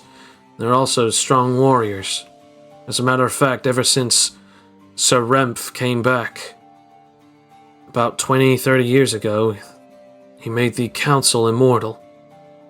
And ever since then, we've had them for the last 30 years. Not a single one of them age. So therefore, they're the indefinite. So, even if they look old, or heck, even if they look young, they have a lot more experience than even that. Some of them don't really fight as much as they used to, but they all got there one way or another, being devout and powerful. tell me. Oh, I think I've got an idea. Well, that may be true, they've made oaths, but like any people, personalities still get involved, arrogance still get involved, and that sort of thing can be easily manipulated. Tell me, do you know your national anthem? National and... Well, we don't really have one, but we have different hymns, I guess. Do you have anything that would like be around the state, or one of like solemnly importance? Potential religious icons, or maybe even ongoing technology, is probably the most important things about the society. Well, I was thinking is if they did have any of those, to march up to their army or march up to their city in the best mockingly way possible. We have all our soldiers sing their most precious song, and we record it. That's actually pretty Now- good. I'm not gonna lie, that's actually pretty good. Because even their biggest thing is exactly like me, which is why we can't stand each other. It's our pride. And because of that, not even their greatest will be able to take the mockery. In fact, they'll have to prove without their things that they are greater enough, because even if they win, the mockery will never go away, because the entire world will see it. So, if we can, we'll mock their entire city and everything about them, and we'll draw out the strongest. Third, Felix and the main token forces will deal with that. Some of them have taken the bait. We'll sneak in with a token force, say, how about this? Razak, can you designate all your flying units to the main force? We'll take the rest in underground. I don't see why not, so yeah, sure. And then I'm going to say, you said there's 8 Usamar members joining this war? Yes, despite everything else, we should be able to get the others on board. However, one of them is being rather difficult. She is the strongest of all of us. I dare say, potentially even stronger than... You were going to say me, weren't you? She's stronger than all of us, possibly, I dare even say, stronger than myself. Interesting. Well, my idea is, we split that number in half. 4 of you stay with the main army. If they are going to send their council members in, I'd prefer to have a guaranteed chance to, essentially jump them. And I would then take the other force of the other remaining numbers of the Huskonian going through the back door. Very well. I should also warn you. The council members are of the highest order. That doesn't necessarily mean that they're the strongest in the entirety of the armies, but I should also probably let you know. There aren't just the angels. There are the soldiers, the warriors, the guards, the vanguards. But then on top of that, there are 9 ranks of angel. Angel, archangel, power, dominion, virtue, cherubim, throne, and seraphim. There are a couple of others, such as the dominions, but you should always be concerned as seraphim, cherubim, and throne are the top. And that's why we class people in those particular levels. For instance, angel level threat or Seraphim level threat. Potentially even under that. With you, particularly, most people would consider you a Seraphim level threat, Anarche or Felix, since you have both killed Seraphim level individuals or even Seraphim. So, now that we understand what we're doing and where we're going, I guess the only other question really is, does anyone else have anything else that they need to know about the place or the people? Speaking of which, actually, this does then come to an important core of the reason why you agreed. One of the conditions that our friend here has made is that we are not to harm any of the civilians or those who are not fighting. So we should keep that in mind as we make our assault upon the city. The main force should be fine, but it's the force with me once we enter the city that needs to be careful. Is everyone here fine with that? Does everyone agree that they will attempt to make sure that they will not kill any civilians? The boss has decreed it, so I will follow orders. As much as I hate all of those fascist pigs and the zealot creatures that come from their birthing rites and fancy wings and halos, a child is still a child, and I do not understand why anyone would want to kill innocents. You have our Haskonian vote. Okay, Ferb and the Haskonians. What about you? No. The Ushimar clan, despite everything and the fact that we were hunted by them, we don't exactly think that children or even innocent people deserve to be killed. So, yes. We already have the answer from the north and the south. We will agree to these terms. Now, what about the other two? Felix, Stan, Aldous. From the group, you three are the only ones left, and of course, Kokabiel, so that just leaves the other two candidates. Myself, and the rest of the kings. I personally agree with it. I don't think that we should have to kill innocents. But what about the rest of the party? I think it's pretty safe to say that none of us want innocents to die.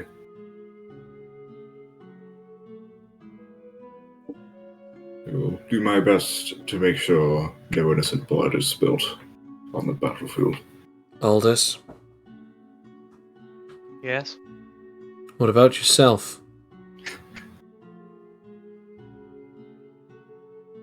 All this has been zoning out this. Sorry, leave it, yeah. All this doesn't know anything about war.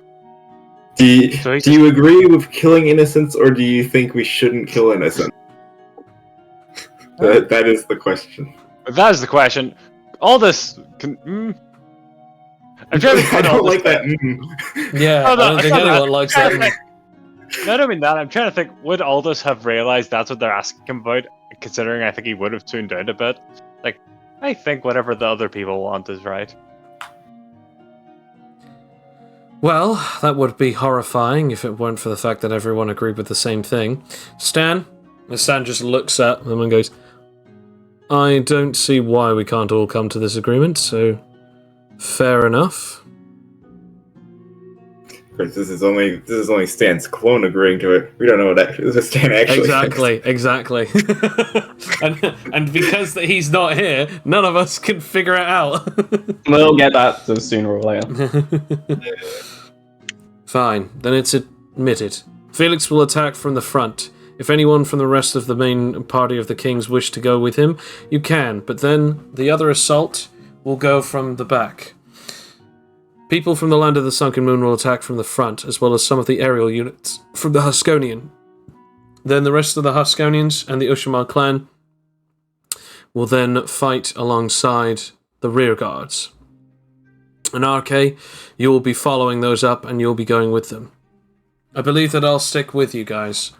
But I guess my question is, does that mean that Aldous, Stan, and you will be going in the back, whilst Ferb and Felix will be going through the front?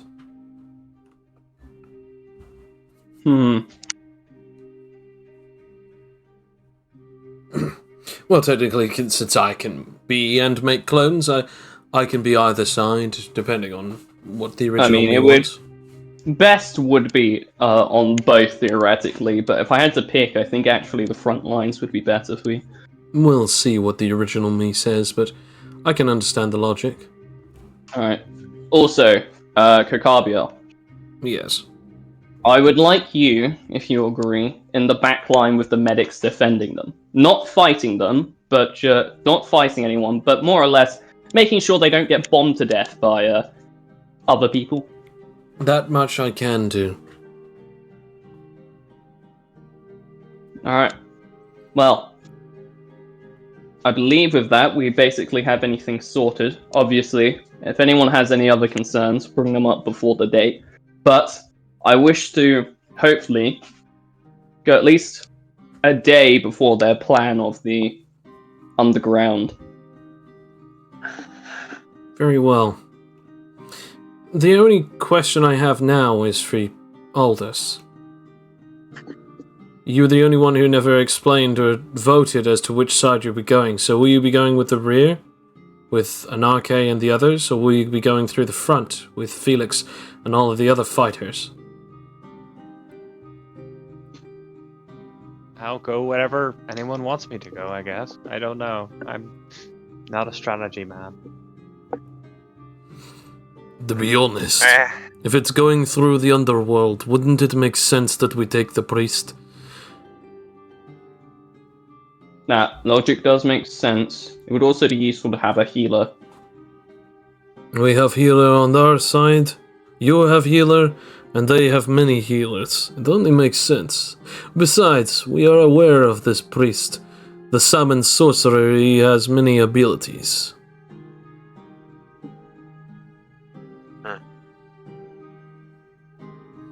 Then I guess... We need to remember they're also actively hunting Aldous to try and convert him. They may attempt to capture him if he's within their grasp. To be honest, if they then do that, that means that they're also coming for us, making our lives a little easier as well. Remember, we want to go in and build an army. If we show off a little by killing some angels and killing some foot soldiers who have been oppressing those people for eon, I think it will make sense that once that comes to an end, they'll probably side with those who realize that they aren't there to kill them.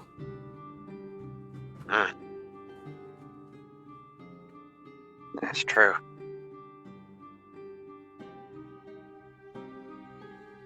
And I suppose it's settled. That's what we'll do. In 7 days from now, we will attack Eden. Any last words?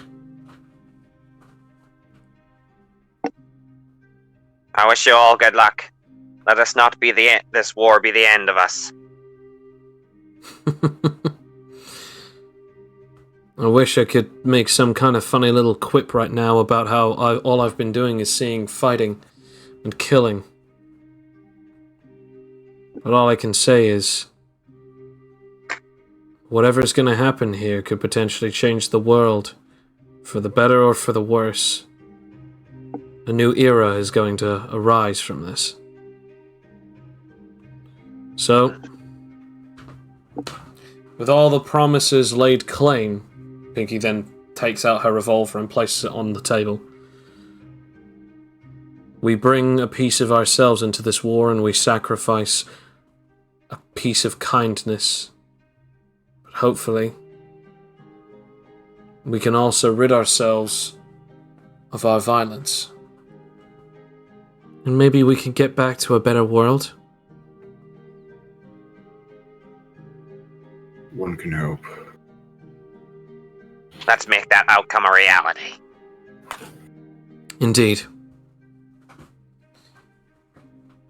I guess meeting dismissed. And that is where we shall end this session. Thank you very much for everyone who's been listening. This has been the Dev Plays The Crucible of Avarice using the Animite Tales tabletop RPG system. If you like this campaign, then obviously please like and or subscribe. And thank you for everyone who's been listening. If you want to play this game, you can obviously check it out at animatetales.com, where it is an open beta and we want to build more of a community with this system. So thank you very much, and as always, have a wonderful night. Bye. Bye-bye. Take care, everyone.